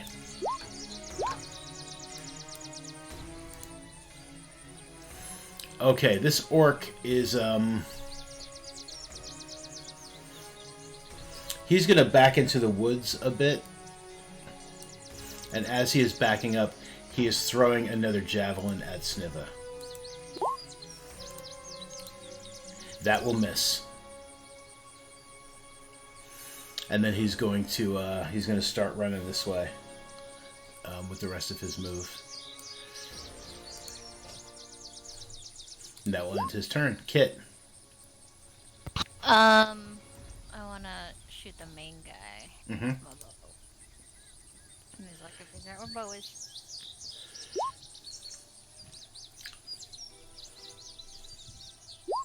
That hit? No. It does not hit. Wait, hold on. Too Yeah. late. Oh, it hits.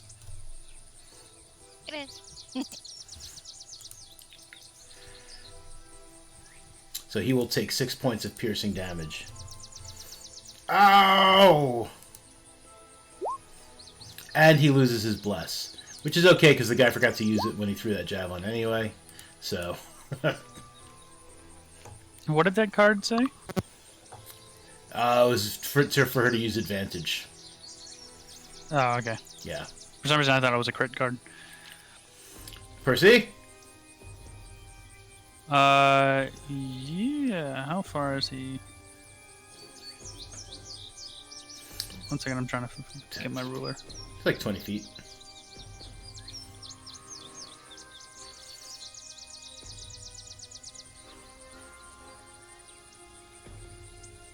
Oh, that guy. That guy. Yeah, Is that guy. Yeah, that guy. I'm sorry. I thought you He's got a little further, right? Yeah, he's 55 feet away from you.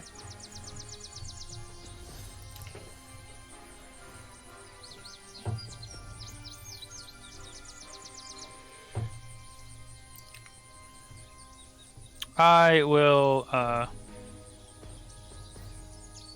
actually just go back and try to. I'm not interested in chasing them. I'm more interested in seeing if Sneva is okay. Okay. So I'll be trying to tend to his wounds, but not actually casting a spell. Mm-hmm. All right. So, and that'll be my turn.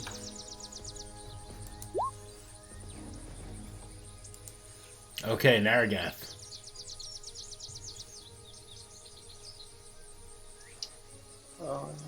Let's see.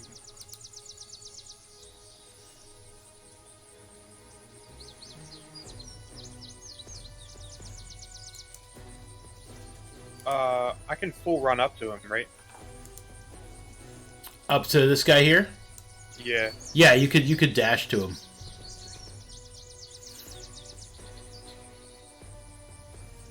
So I'm gonna dash on up to him, Ah! and then action surge Ah! and fighting spirit to gain advantage on the attack. That hits. For 11 points of slashing damage.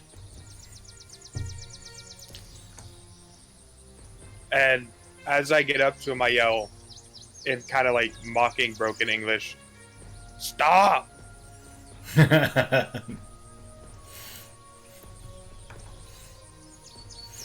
Oh yeah, he seems pretty hurt. He's like oh fuck. So he takes his spear, and with one hand he does this he makes this fist in the sky and does this like power, power ballad fist move thing.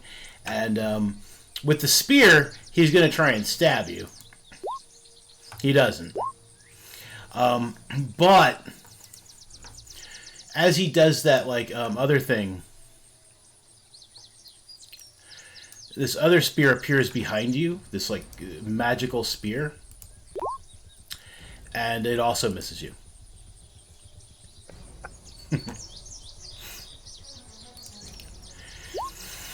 And, yeah, it would now be Sniva's turn. I think I had something for this. I do. I am going to shoot at that guy Okay. using my psychic blade. Yeah, that hits him. Oh, damn. What's that look like?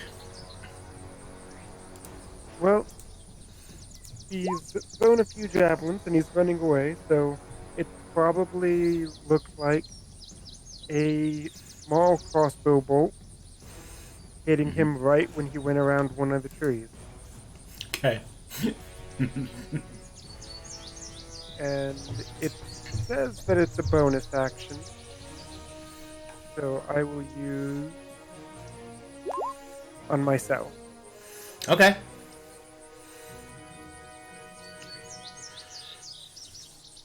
Which it did not,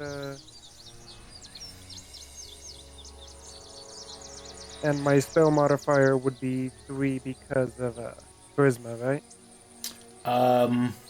Yes. So So I'm you back to regain full health. 8 points, yes. That is my turn. Okay. Kit. Just gonna resume shooting at his dude. Okay. That will miss. I'm not really good at that. Where are my cards? Hold on. I have cards. This one? No, I only have cards. Yeah, you want to go ahead and add a d6 to that.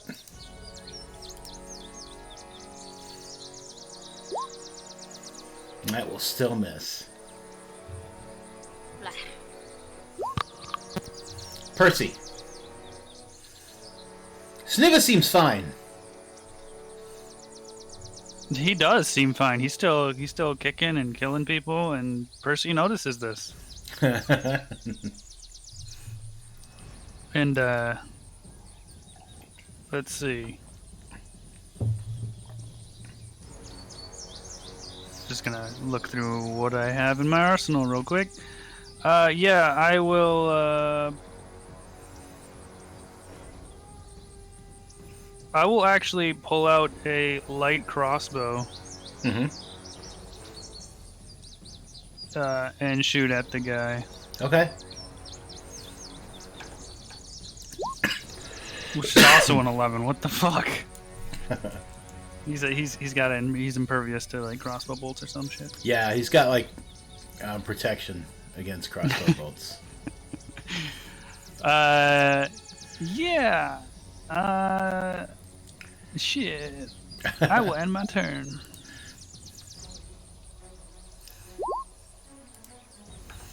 Okay. Naragath, this guy's all up in your grill and shit. And he looks panicked a little. Also very angry and fierce, but also a little panicked.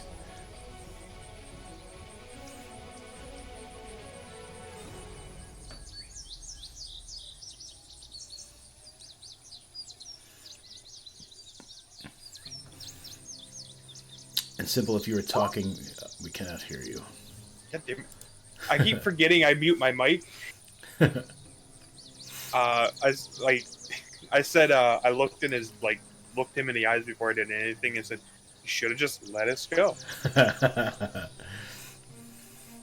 And then you miss him, yeah. Or you don't. You don't miss him. Oh, Seno, no. Oh. I I was just a little late.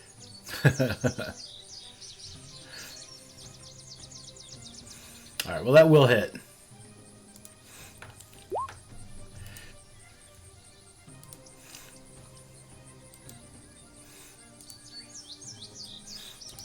For 10 points of slashing damage. He is definitely very badly hurt. Like, half of the rings have fallen off of his ring mail, and he looks like he's on the ropes there. Need more action surges. That is the end of my turn. Okay. Actually, I can still move, right? Yeah, he would get an opportunity attack on you if you do, but yes. That's fine, whatever. If you move away from him anyway, yeah. Well, what if I just move to the other side of him? Yeah, as long as you don't leave his threatened space. So if I moved here... Yeah, if like you kind of like just shifted around him, yeah, that'd be fine. No opportunity attacks there. Yeah, because I'm trying to like get in his way to stop him. Right.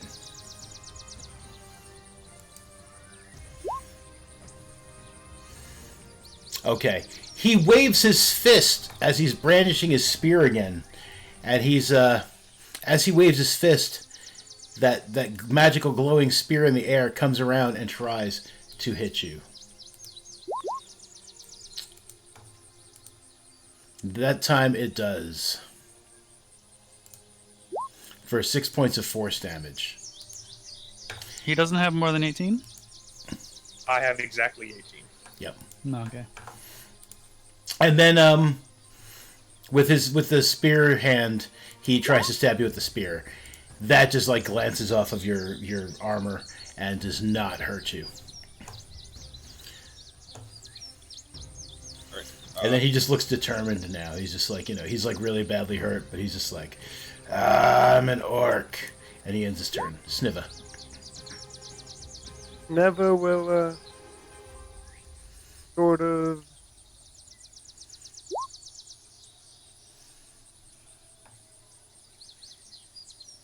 I don't know how to describe it.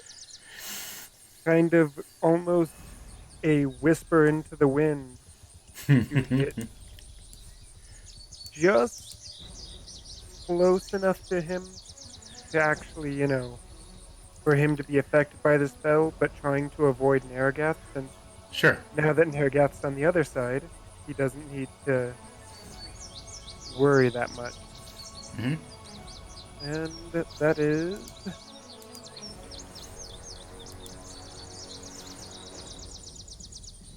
a roll 5d8. Okay. So as I said, Narragath, he is like in your face.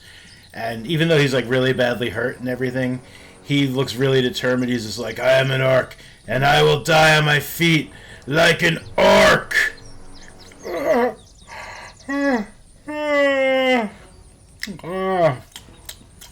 And he collapses in a heap as he falls asleep.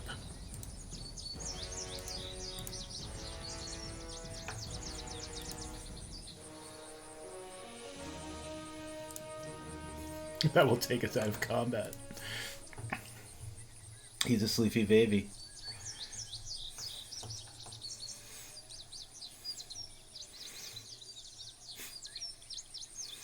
His spiritual weapon disappears. He drops his spear on the ground. His foot starts twitching.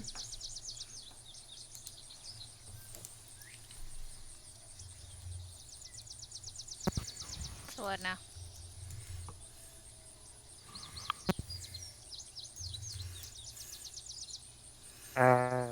We can question him if we think that there's anything that he might know. A lot of the people that have been attacking us so far seem to be aligned with the Raven Queen, or at least higher. I just wanted to kill him, so you guys can question him if you want. Oh, I guess we're gonna question him. I thought it was just a highway orc.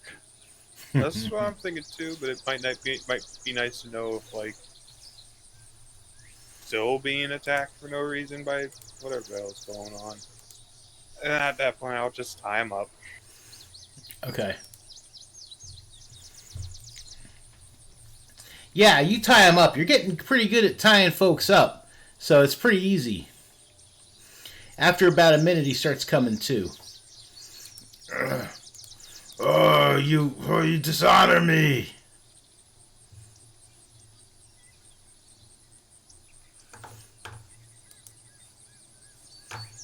I am dishonored. I mean, you're the one that fell asleep during combat. No, that must have been one of your tricksy friends. Have you ever seen someone make someone else go to sleep before? Yes! Well, that didn't work. Orc mothers rock their babies to sleep, singing songs of blood and viscera. That's a pretty good big word in common for an orc, huh? So you were such a bad kid, your mom had to use magic to put you to sleep? Oh, I knew it was magic. Ah, no. No, she would just rock me to sleep, singing songs of viscera. Yeah, well, viscera was happening, so you fell asleep. Deal with it.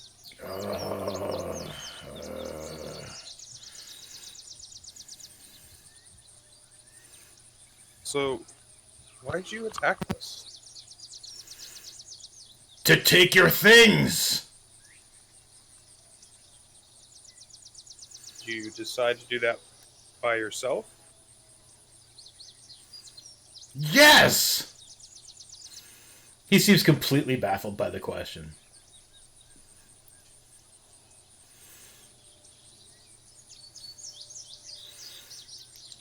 We're traveling through the area, and whenever we come across a road and we need to rest for a while, we wait and see if anyone is coming along so that we can, take their stuff.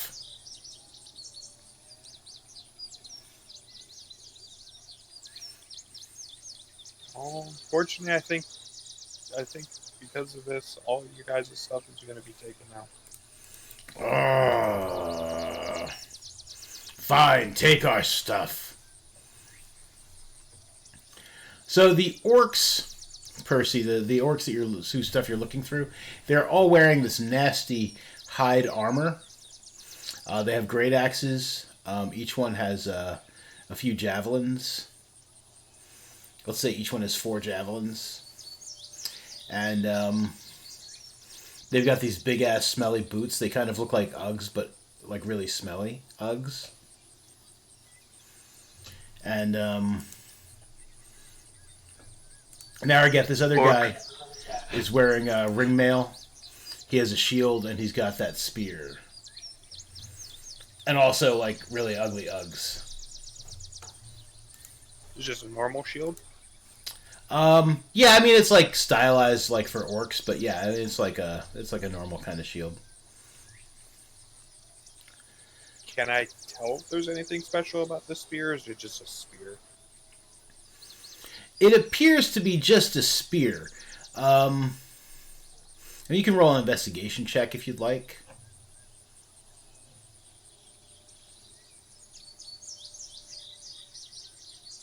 Sure.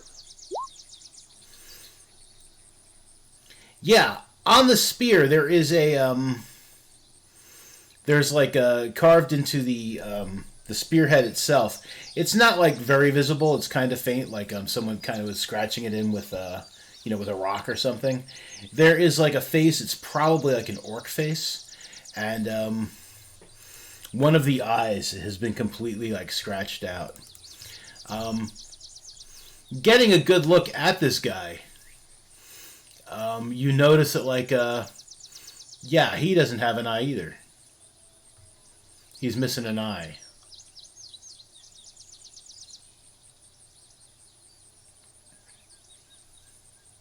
So, how long have you been running this toll? Whenever we come across a road. How long have you been at this one? A day. You should let me fight you in one-on-one combat. You dishonor me.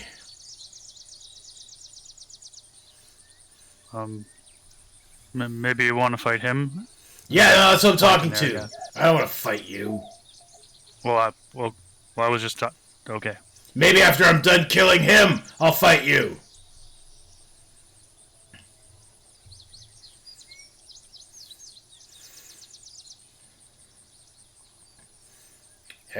Hey, Kobold. What?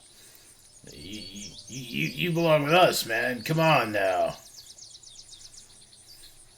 You do with these people in your fancy hat. Tell these guys, fight me one-on-one. In fair combat. Can I fight him? I will fight the little one. I guess Let's go. Kit gets her wish.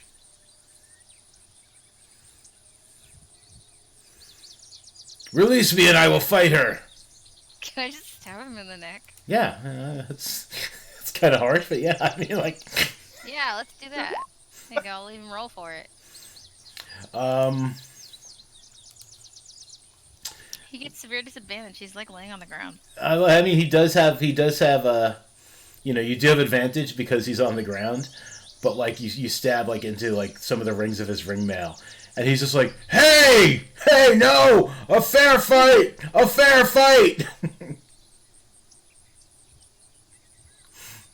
Okay, untie him. Wait, hold on. Before you untie him, how tall is he sitting down compared to her height standing up? He's probably like about like 4 feet, like sitting down. No, I mean like probably like 3.5, 4 feet. I don't know. Yeah, it's just like he is about 6.5 feet tall. So however tall he would be sitting down, like roughly half his height. Like 2.5, 3 feet. Yeah.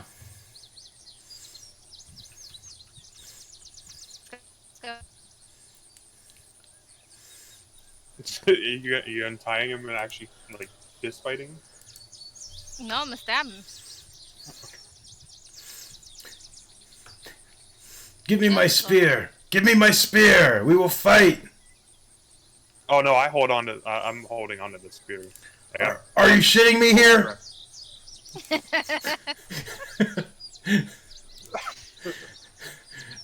You're not holding on to her, You're not holding on to her dagger. That's not what he does. I was just trying to close that.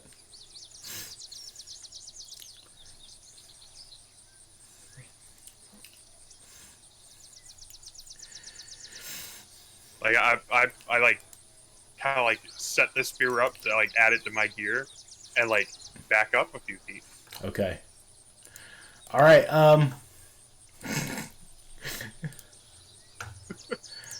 Let me just. Okay. Kit, roll initiative. Oh boy, this guy's not having a good day. Worst day ever.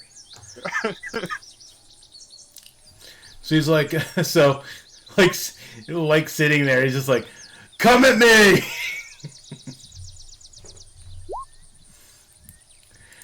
I can't hit with a dagger. This is why I started using the bow with it. Oh, it's not a natural one though. Oh, is that not the one? Oh, I thought I got the same card back. Hold on. That's my bad. No worries. Yeah, he's going to. So you miss with the dagger, and he is going to. Oh, that's a different story. Yeah, that hits. I clicked it, doing stuff. Okay. Yeah, what's that look like? Stab him in the neck as he's standing up. He died. Okay. Very sad.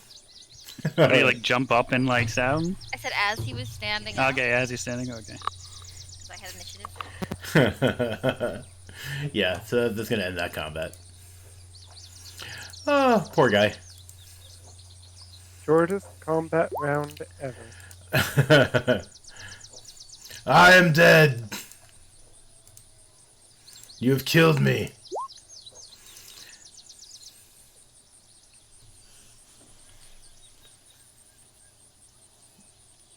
Does he have anything on his body? Ringmail. He has now dropped his shield, and he probably didn't even have a shield. He's wearing ringmail and boots, like big, ugly, stinky Uggs. Nothing here that I want.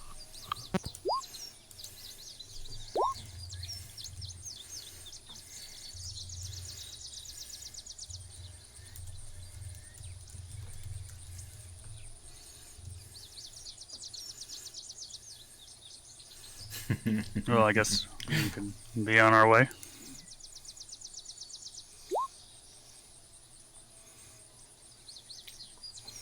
That's not what I wanted to do.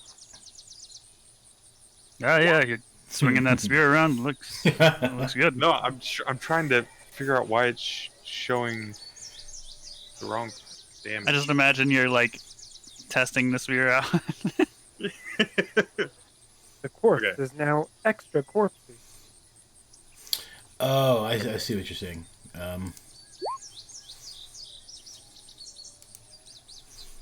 Yeah, that whole little weird code thing there. Yeah, that's weird. Yeah. Weird code is weird. Yeah. So those guys are all dead.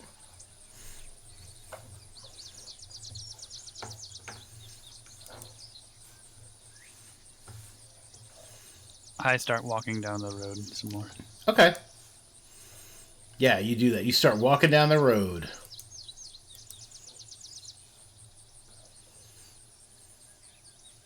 Like a road walker.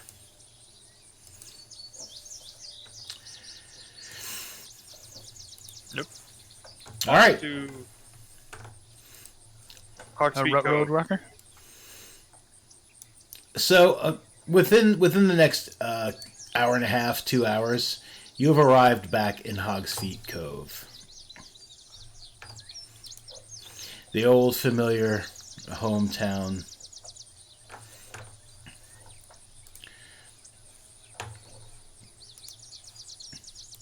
Where did we stay before? The Sleeping Hound?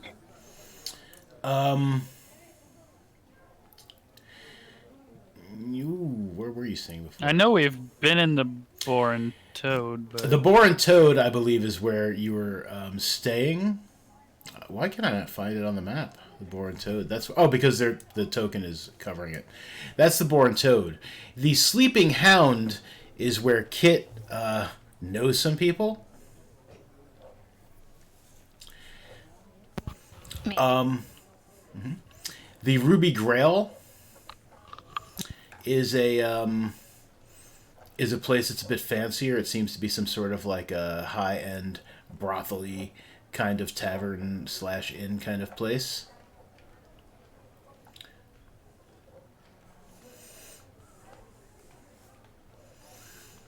And then you have the other, just the other places. But yeah, you guys were staying at the Boar and Toad.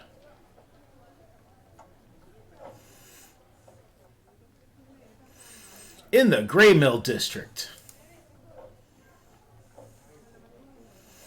It's a very hipsterish place. There's all sorts of like great food wagons and stuff, and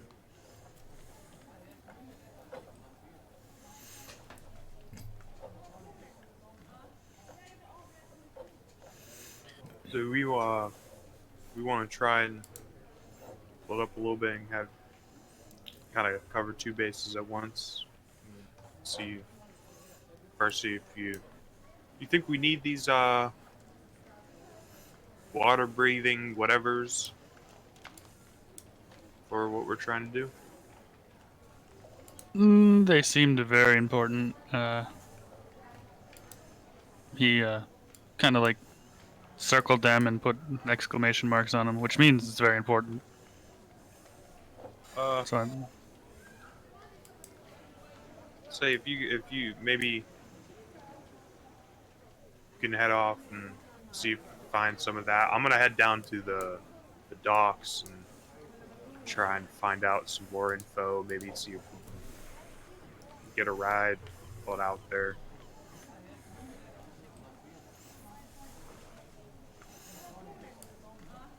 I'll head over to Macy's Good and Sundress.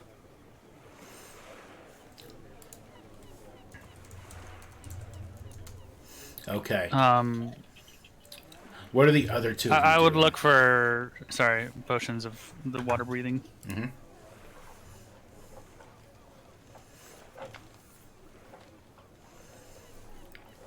What are Sniva and Kit going to do? I'm gonna follow Percy around. Okay. Sniva? I'm gonna follow Nergath around. Okay.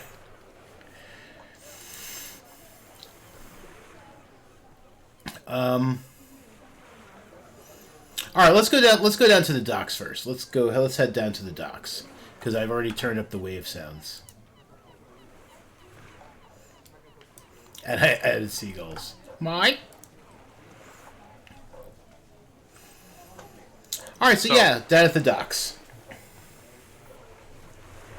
First things first, I hope you wrote down what we decided my boss's name was, because it was saved in a document that was on my old computer. I no longer have it. Oh man, it's probably far back in the chat. I probably did not write it down separately, but I may have. Let me check, because I know I definitely wrote it down somewhere. I even remember seeing it not terribly long ago. Maybe it's in the town notes.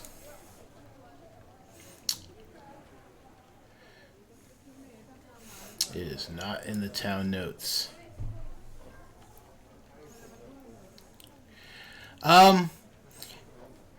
Your boss was kind of like he was a little bit of a nut job maybe. He had some issues, and every now and then he would call himself by a different name, like when the weather was right.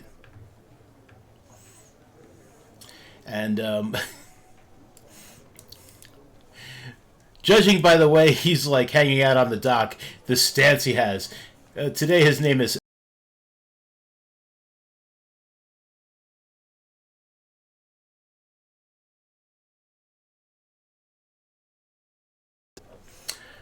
Like Google Docs or whatever the hell I put the damn note. I really need to put all of my notes in one effing place, and Roll20 is a great place to put them. Why don't I do that? And why do I always rely on chat to save me? Sax Quinn, he's got the Sax Quinn stance today.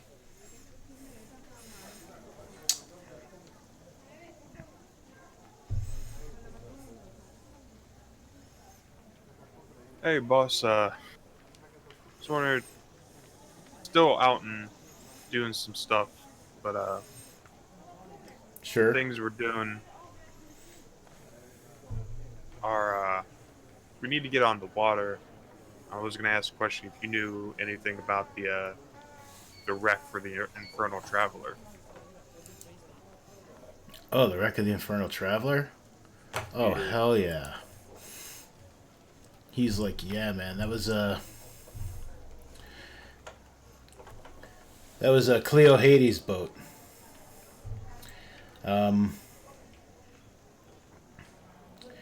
She was doing some, high seas piracy. She was a bit of a noble pirate. Not like a murder hobo or anything. She was, anyway. About 16 years ago, it was a clear day. It was a beautiful day. She was coming into port. My buddy Frank Rizzo. He was actually on a boat nearby when this happened. But they were coming into port. They were getting ready to dock, resupply, do whatever it was they were supposed to be doing. When all of a sudden, he said these huge tentacles just rose up out of the water. There was cracks of thunder, he said. Thunder. He saw no lightning, and like I said, it was a clear day. He said these tentacles just wrapped themselves around the ship, pulling down the sails, and just like tearing at the sides of the boat, and then the tentacles just lifted the ship, lifted it 5, 10 feet up out of the water, and dashed it into the rocks. And the boat sank.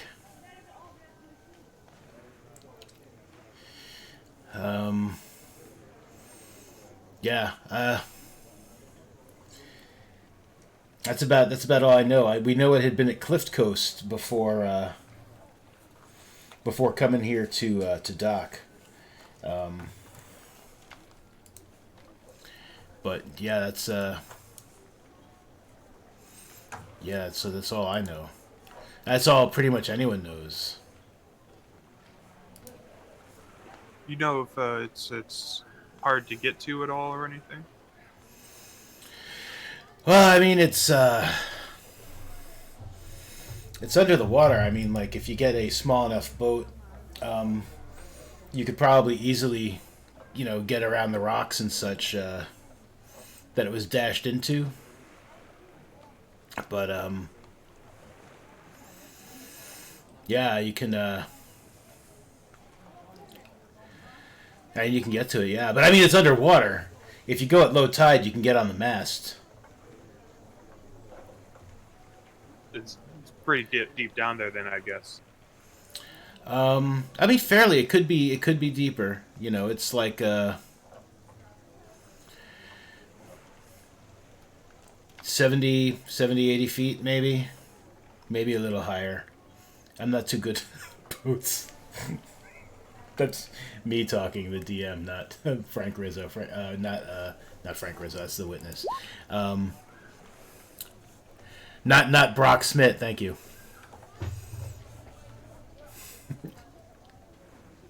All right. Well, who do you think I could get to hire to get on out there?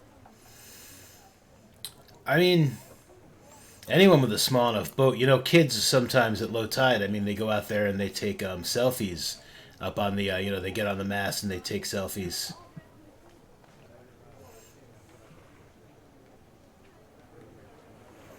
Well,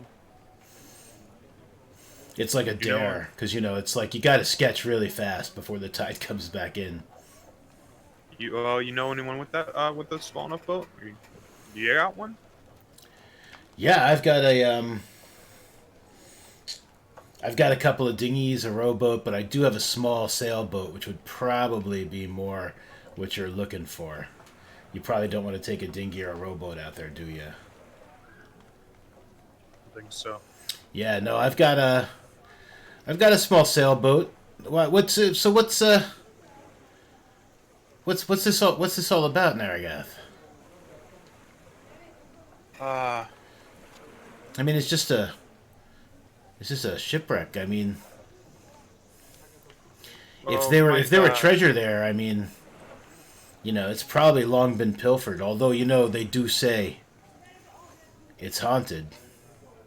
I don't take much truck to that myself, but that is the rumor. I've heard it before. It's got to do with the job I've been kind of hired on to do. Oh, all right. Well, I mean, you're a good worker.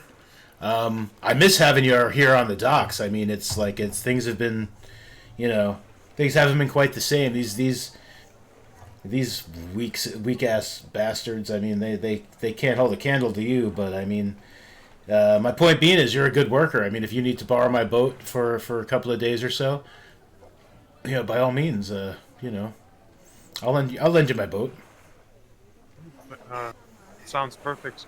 You know what? I turned to Sneaver real quick and was like, "Hey, go find everyone else. Let them know. Got us a boat." And then I turned back to Brock and was like, "So, pay it back to you today.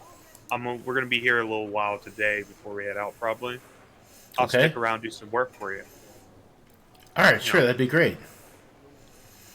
Never will tip his hat and go look for the others. Okay. So at the moment, the others have been arrived at Macy's Goods and Sundries.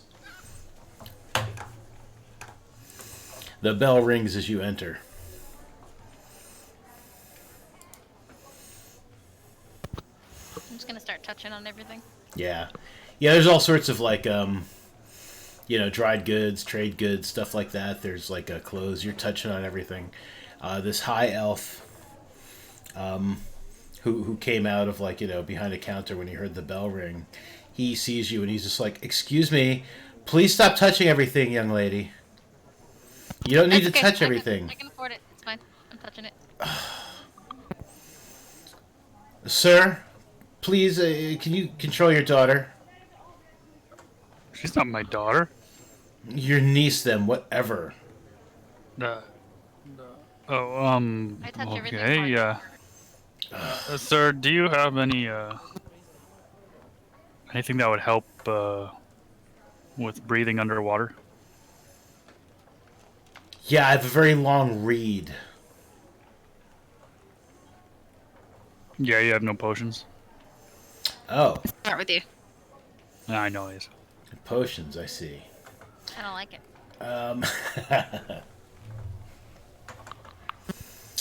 it. No, not personally, but my cousin deals in things of that nature.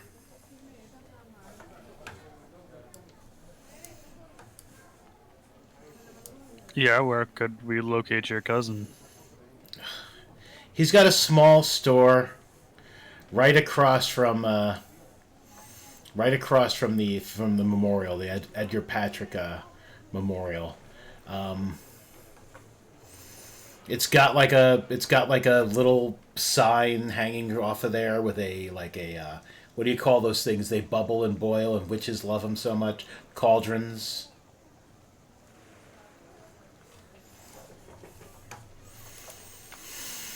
So yeah, I mean,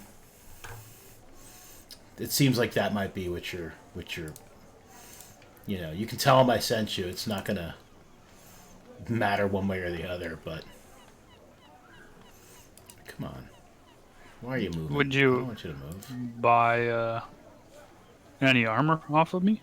Maybe I could sell something to you. I don't Got really. this fine breastplate right here. I don't really deal in armor. You might want to go to Duncan's smithy. He might be interested in buying armor. All right. Well, thank you. If you have like a salt lick or, ma'am, please stop touching that. It's fine. I'm jingling Oh, now. God. Annoying.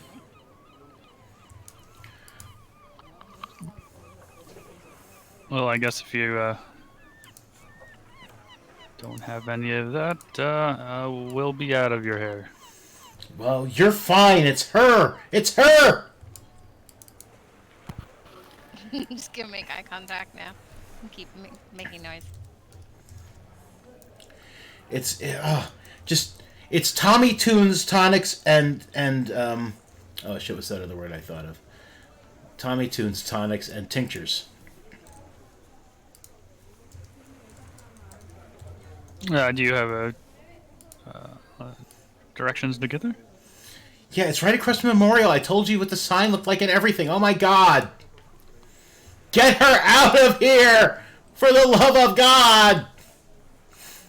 Oh, okay.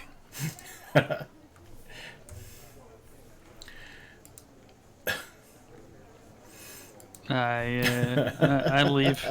I don't know As if we're leaving, I break something really small. Extra fast.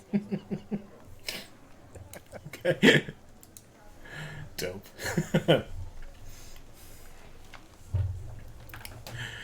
Okay.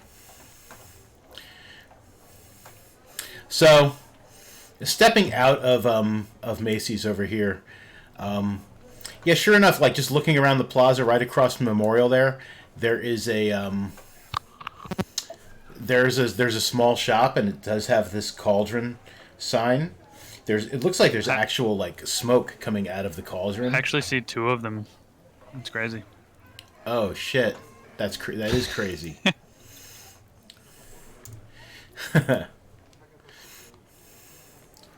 No, it's just my eyes playing tricks on me. Yeah, it's just your eyes playing tricks on you. I really didn't put the number 9 there twice.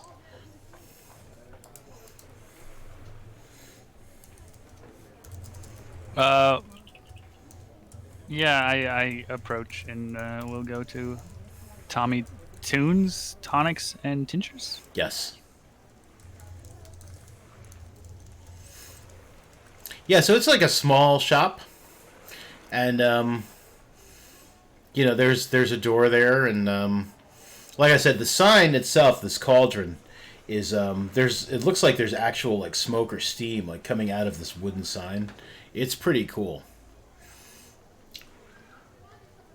It's a pretty fancy sign. Yeah. I will push open the door. Is there a bell? There is no bell, but the store is small enough that like you see there are shelves around the walls. They've got all sorts of bottles, little bags and sacks of like herbs and things. And I'm gonna yell ding dong when we enter. okay.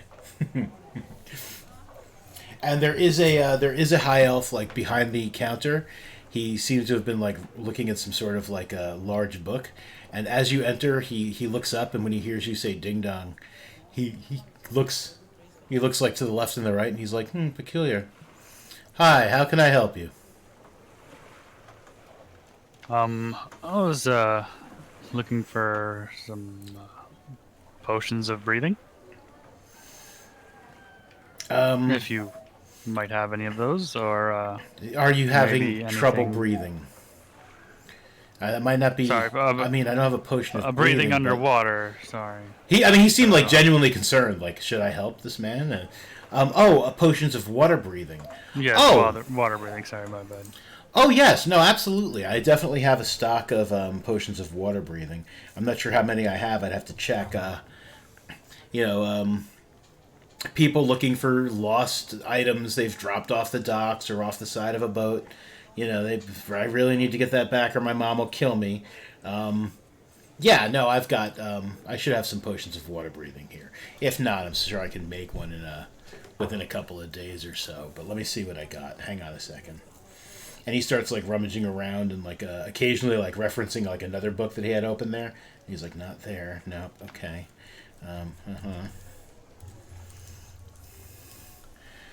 Potion of water breathing. Potion of water breathing.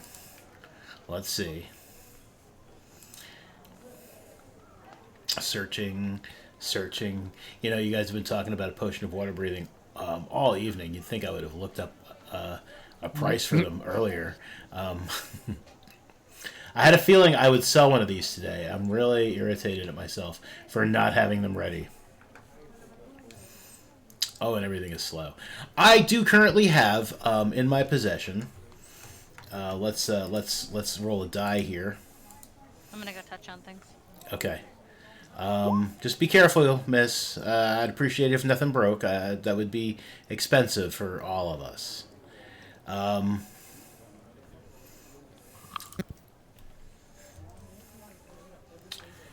I happen to have 7 of these in stock at the moment. And a potion of water breathing is typically 200 gold pieces. But I suppose if she doesn't break anything, I'll let them go for 180. If you buy all of them, I'd give them to you for 150. I don't know if you need that many potions of How water much breathing. for all of them? What is the total? I have 7 of them, so 150 times 7. I don't do math at night, young miss. I need to pull up a calculator. And he pulls this abacus out from underneath the counter, and he's just like sliding beads around, and he's just like, it would be 1,050 gold pieces for all of them. That's quite a discount. That's that's exactly 50 gold pieces off of each one for the price I normally sell them. If you were to buy the whole stock. A platinum piece is 10 gold pieces. Okay.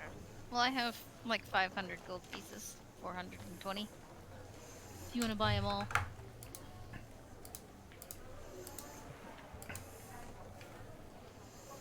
Yeah, I don't have as much as you do.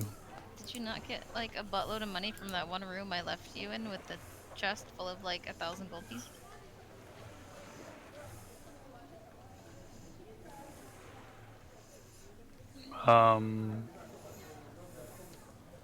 There wasn't that many gold pieces. Well, I'll buy one. Okay. 180 gold pieces. Okie dokie. And here is your potion of water breathing. Now, it tastes a little bit like seaweed and a little bit like fish, but that's not the important thing. The important thing is that once you drink it, it'll let you breathe underwater. That's really the important thing here to take away. How long do these effects last? The potion of water breathing lasts for an hour.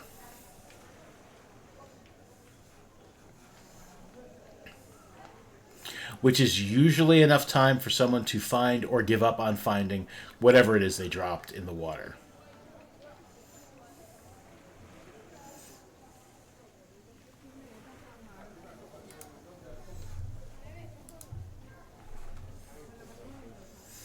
Did you lose something? No, Okay, I I mean, don't think so. all right. I'll take one as well. Capital. Be 180 gold pieces. Sneva, you have reached Macy's Goods and Sundries. Never will enter the store. There's a high elf. He looks really irritated. He is currently sweeping up a small glass figurine that seems to have shattered on the floor into a dustpan with a little dust broom, and he glances up when you come in when the little bell rings, and at first he's like, "Oh no, not again! Oh, I'm sorry. Can I help you? I thought you were someone else. It was the height. My apologies. Can I help you?" I'm looking for, I believe that they're called a furbolg and a halfling. Oh. They're across something, yes. Your little halfling friend, or hopefully maybe she's not your friend. Maybe she's like, are you an assassin? Are you going to kill her? No, I play music. Oh. I mean, I'm against murder in general anyway, but no, I'm better than that. I'm better than this. They have gone to Tommy Toon's Tonics and Tinctures. It's right across the it's across the plaza, right across from the memorial, and there's you'll see the sign. It's got like steam coming out of it. My cousin thinks he's fancy. Okay, thank you. How much did that cost? It didn't cost much. It's only a silver piece. It's a small decorative thing, but it's the principle of the thing, you know. Never will give him 2 silver pieces. Oh, I appreciate that. Really, I shouldn't take more. I mean, he's still taking it, but he's like, I shouldn't take more than the 1 silver it costs. But thank you. You are so kind and generous. I take back any ill feelings I have towards your friend. Apparently, if she is a good enough friend that you guys are all. I apologize. Have a good day, sir. Is there anything I can get you though before you go? Never will shake his head, but tip his hat on his way out. Okay. Thank you, sir. Thank you.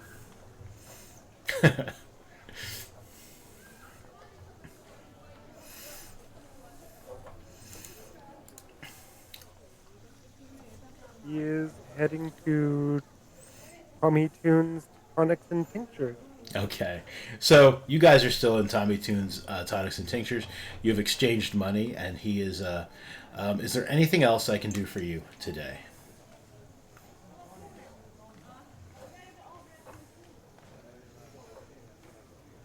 Good. You good, Percy? Yeah, I'm pretty good. Good. It looks like I have another Thank you. customer coming. It seems Oh, it's Sneva. it's a kobold in a hat. Oh, you know him. Yes. I think my buddy. I've seen him play. He's very good. As Sniffer walks in, he's like, "Sir, you're very good." Thank you. I didn't know that my reputation preceded me. Well, I've seen you play. Oh. Thank you. Naragath has a boat that we can use, but right now I think that he said he was working on the dock. Naragath has a boat we can use. He's working on the docks. I see it. Yeah, it's Is that like a new one? It's an avant-garde limerick. Oh, okay. Excellent. You're great. This guy sells some potions of water breathing, so I have enough gold to buy one for Naragath, but that'd be all my gold. Do you have any? Yeah, Sneva? I can get one for Sneva. I do not have much gold, and I don't know how well I would be with swimming. Like, swimming itself is fine, but if we find anything, I can't really carry much. I hand over the gold and then give Sneva the potion, you know, just in case. Like, if you start drowning and you drink it, no more drowning, and then we can get you out of there. No more drowning. It's the It brand. sounds like an infomercial. If you're drowning, drink this potion. No more drowning. I'm going to grab another potion as well. Okay.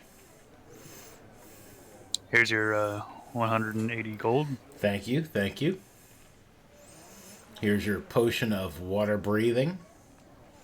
Fantastic. This guy is so good. Have you heard him play? I mean, you must have. You're friends with him. Yes, there's no finer kobold bard in the land. Right? I didn't want to say it, but at first I was like, is that a kobold? And I was like, I don't know what this is going to sound like. Probably a whole lot of dragony songs. But no, I don't mean to offend, sir. But I mean, like, no, you're so good. I've told all my friends. Must have tapped into some of that dragon ancestry. Must have probably a gold dragon. You're my gold dragon, sir. You're my gold dragon. Stay golden, kobold boy. Maybe we should get him like a gold dragon award. I'm sure if there's something that you can get, I'm sure he probably deserves it. Isn't that what they give like bards for being good?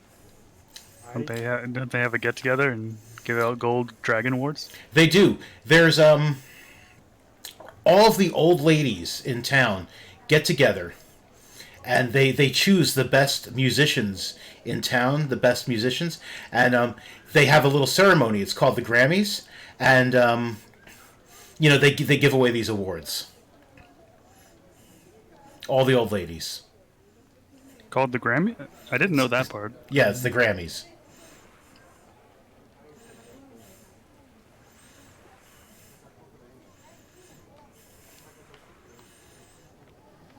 Then why do they give a gold dragon?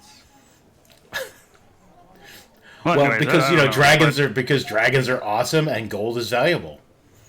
I guess that's true. Yeah. Yeah. Just like my friend Sniva here. Neva's been like, I don't know what's going on, but will like kind of flusteredly tip his hat.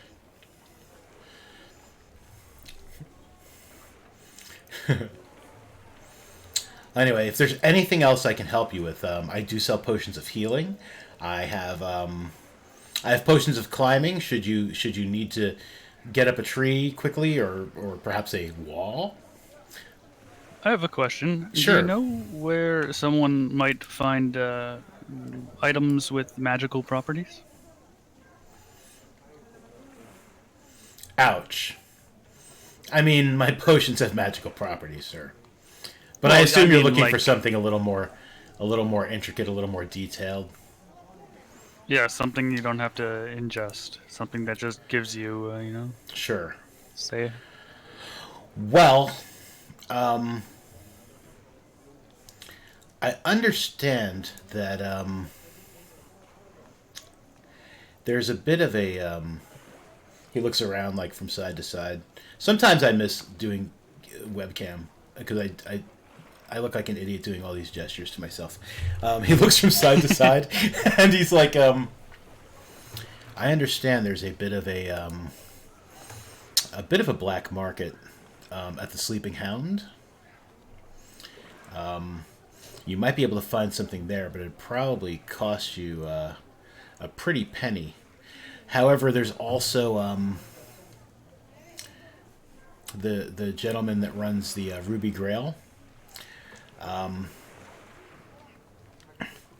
That tiefling, I understand that he also can get his hand on some magical items, if that's the sort of thing you're looking for. Now, his prices are a little more fair, believe it or not, despite the fact that he runs like a high-end brothel-y type tavern. But his prices are definitely more fair than the black market prices you'll find at the Sleeping Hound. You didn't hear any of this from me. I probably wouldn't have said anything, but I mean, Sniva. That guy is good. You're so good. Never will tip his hat again. I kind of give a bow.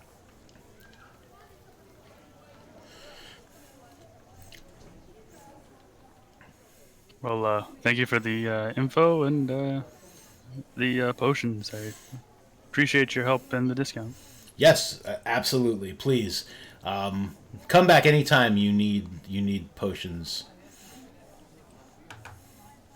I also sell regular tinctures and tonics.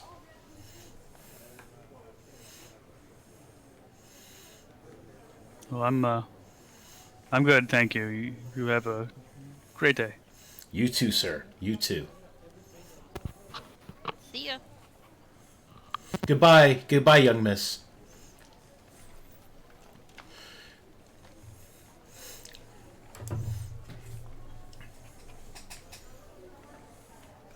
Yeah, I imagine me and Kit left. I don't know if she ding dongs on the way out. Okay. And Never will be joining with them.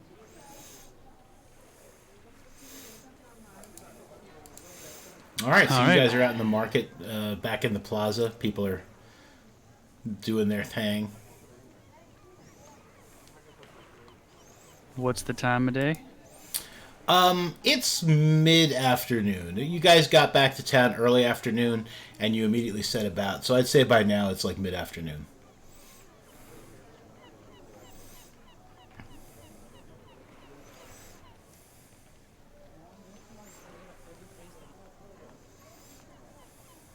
I don't know about you guys, but I don't want to go in the water at night or be out there at night. Okay with that? Was that you're okay with being out there on night? Or not? Not going. Oh, okay. So, let's try to find some room board.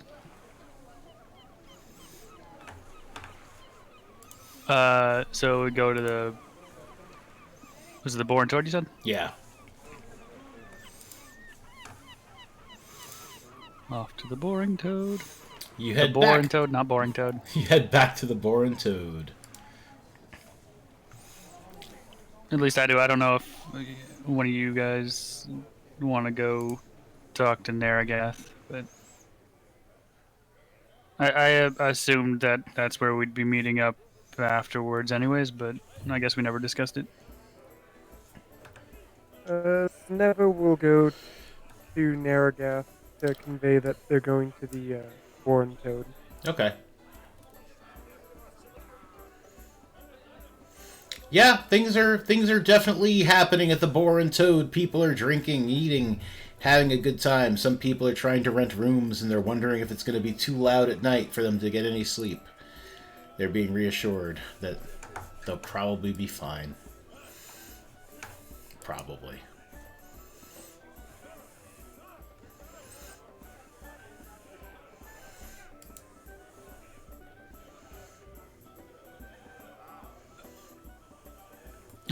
I'm going to just get some rooms, whatever our sleeping arrangements would be normally,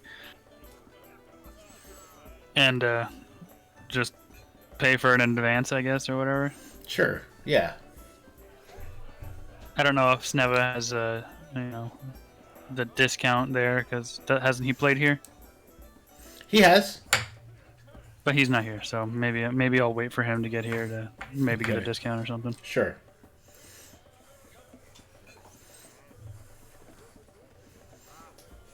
I will get a mead. Yeah, that happens. You get a mead. It is delicious.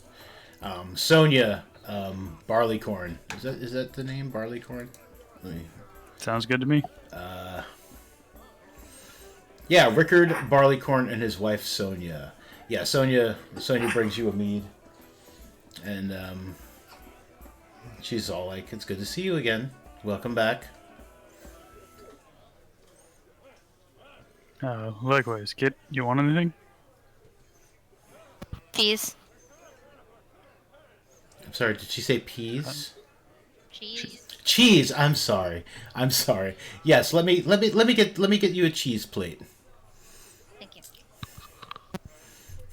She hustles off to come back. Comes back a couple moments later with a cheese plate and some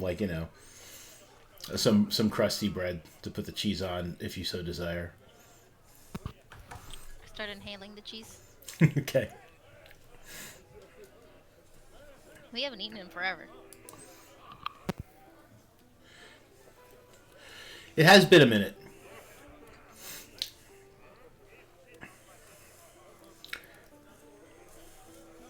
Excuse me, Barleycorn? Miss Barleycorn? Yes. Do you have any ham on a stick? Ham on a stick. I haven't seen you in a couple of days. It's and you come in here asking for ham on a stick? Like what's happened? Has someone addled you? No, she doesn't say any of that. I take it you've been to Black Hollow recently, huh? Yeah. Yeah, exactly. I've been traveling a little bit, and Yeah. it was surprisingly delicious. It's not something we normally serve, but people from Black Hollow seem to like it. So it's something I can arrange. Well, I mean, just shaved ham would do fine on a plate. If you don't have to get a stick. I don't mind putting on a stick for you, sir. Not at all. All right, want it like a thin stick, not like a big steak, please. Obviously, sure. And she goes off to go get ham on a stick. She's muttering to herself, not like in any sort of like mean, vindictive way, but just like ham on a stick. People with the ham on a stick. Maybe we should start serving ham on a stick. I don't know. And she'll come back a couple moments later with your ham on a stick. Thank you, ma'am. And I will be chilling here till we get rooms and go to bed. Okay. Maybe talk a little bit. Yeah, Naragath, you put in some good work. Your boss, Brock No Tongue Smith, is like, it's good to have you back. I mean, I know you're probably not going to stay long, but here, it's don't tell the other guys. And he gives you a small coin, not a small coin. he slips a small handful of coins into your hand. He's giving you 5 silver pieces, which is easily more than like most of these guys make during a day. I'm assuming that you've done with your big frame, you've done a lot of work.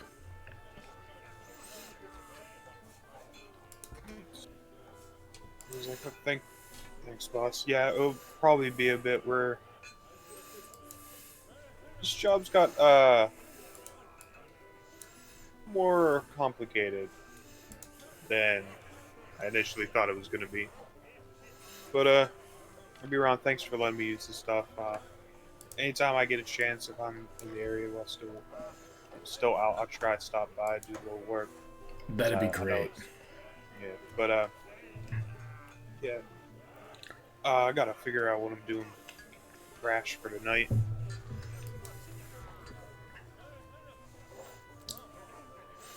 Well, you're always welcome to sleep. Sleep here. I mean, it's not as comfortable as the inns, but Yeah. I know.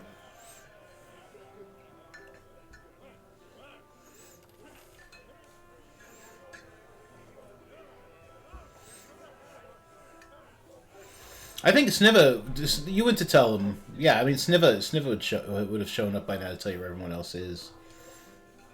Yeah. Yeah. Okay.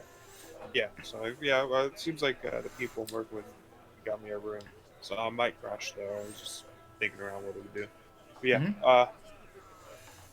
Is this so this would be like end of the day point? Yeah, it's like it's dusk is approaching. People have stopped working for the most part, unless they have evening jobs. Alright, well, I'll see you around, boss. We'll probably be back tomorrow. Grab that boat and All head right, out, so, and hopefully have it back here soon. all right, sounds good. Thank you. Appreciate you, Naragath. Then I'm gonna head to the Born Toad. Okay.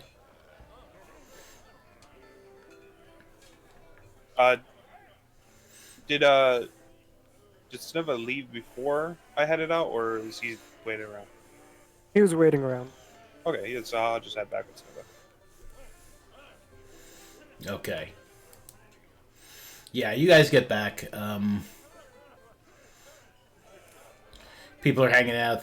More people have arrived for dinner.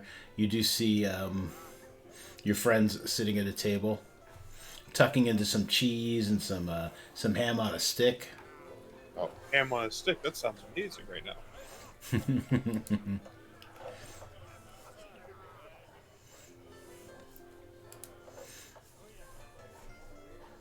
I am also going to order a ham on a stick and a meat. Okay.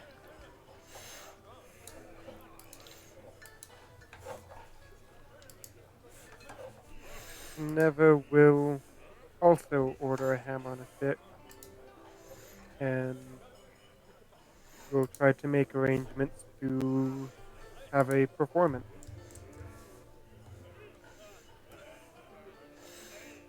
Yeah, Narga. that'd be lovely. How did going to the docks go today? That was pretty good. I went back and talked to my boss and was able to get us a little sailing boat to get out there.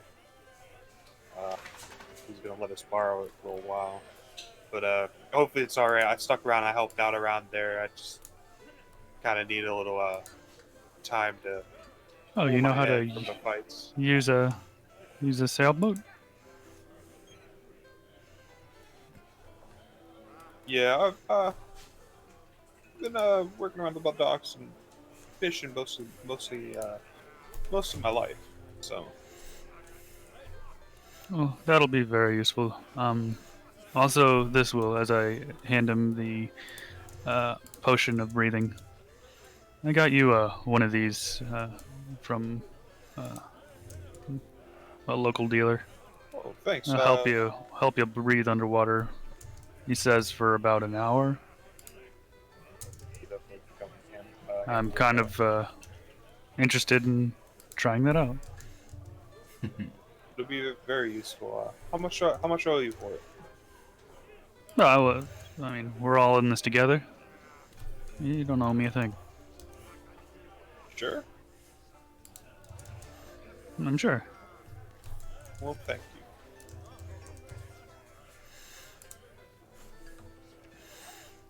you. Okay, so instead of like trying to nickel and dime you guys to death all the time,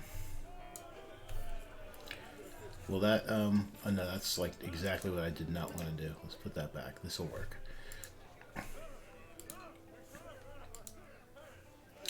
In the journal, there's a mysterious note. Let's give it a name.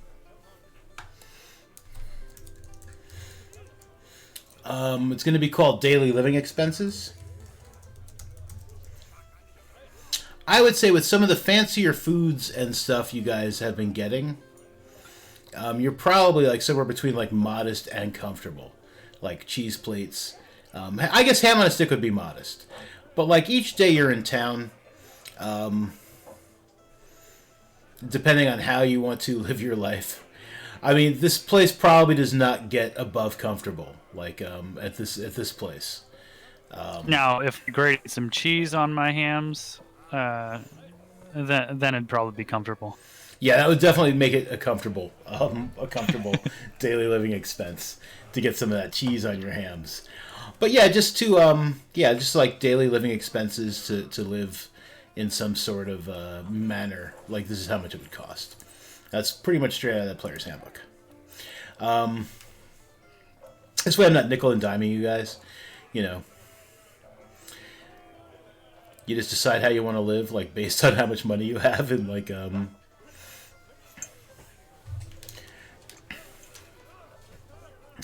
I will be living modest right now. Hey. Does that include room and board or no? Yeah, that would include like where you're Okay. where you sleep for the night. Stop it! Stop it! Come here. I don't know what you're barking at. What are you barking at? Stop it, please. Come here. Come here. Everything's fine. Everything's fine. It's not fine. He's nickel and diming us. I think that is going to about do it for the night. So what is the plan? Are we going to try and find hats and things like caps of water breathing or something next time when you set out in the morning, or are we just doing some more investigation type stuff first? Hat would be cool. That would be cool, but hat's expensive. Hat is expensive. I'm like out of gold, so. We can steal it. Oh God, no.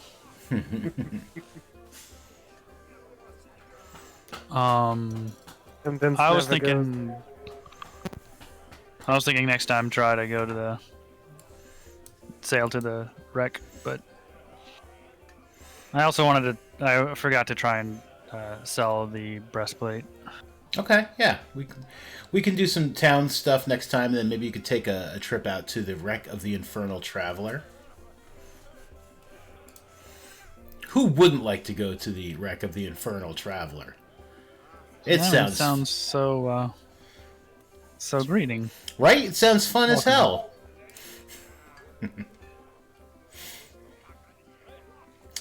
All right. Well, that is going to do it for the evening. Thank you so much, everybody, for watching. You guys, thank you so much for playing. And you can please, by all means, follow and subscribe our players on the Twitch here, and on the Twitters. Yeah, follow that person, KO. Yes. And on the Twitters and the again, if you're playing D&D yourselves and you like the ambient sounds, Sirenscape. It's not a paid. Did I spell it wrong or something? Probably. Check out Sirenscape. They've got great stuff. You don't even have to be playing online. You can also do cool ass sounds. Oh no, there they are. It just took its time. And we will be back hopefully Tuesday with Asylum. That will be at 9 p.m. Eastern. Thursday, Legends of the Borderlands. That's 11 p.m. Eastern. And then, and then you guys again next Sunday. Around this time. Well, not this time. Around the time we started. A little earlier than what we started, hopefully. But we're all good. Thanks, guys. I appreciate it. Everybody in chat, thank you so much for hanging out and for following and all the wonderful things you do. You guys are dope. Yeah. And that hype train earlier. Oh, I missed a hype train? Yeah, you missed that? That was at the beginning of your... Oh, damn it. Yeah, you should have gotten an emote for it. Yeah, we got loot. Yeah, I Which mean is that's appropriate. my oh man. Yeah, I that's why I have my DM focus message pop up every so often. It's like when I'm doing the D&Ds, like I try to keep my eye on chat, but there's like so much other stuff going on, like I miss stuff. I'm sorry. But you guys are all dope. So thank you again, and we will see you next time. Have a good night, everybody. Woo-woo.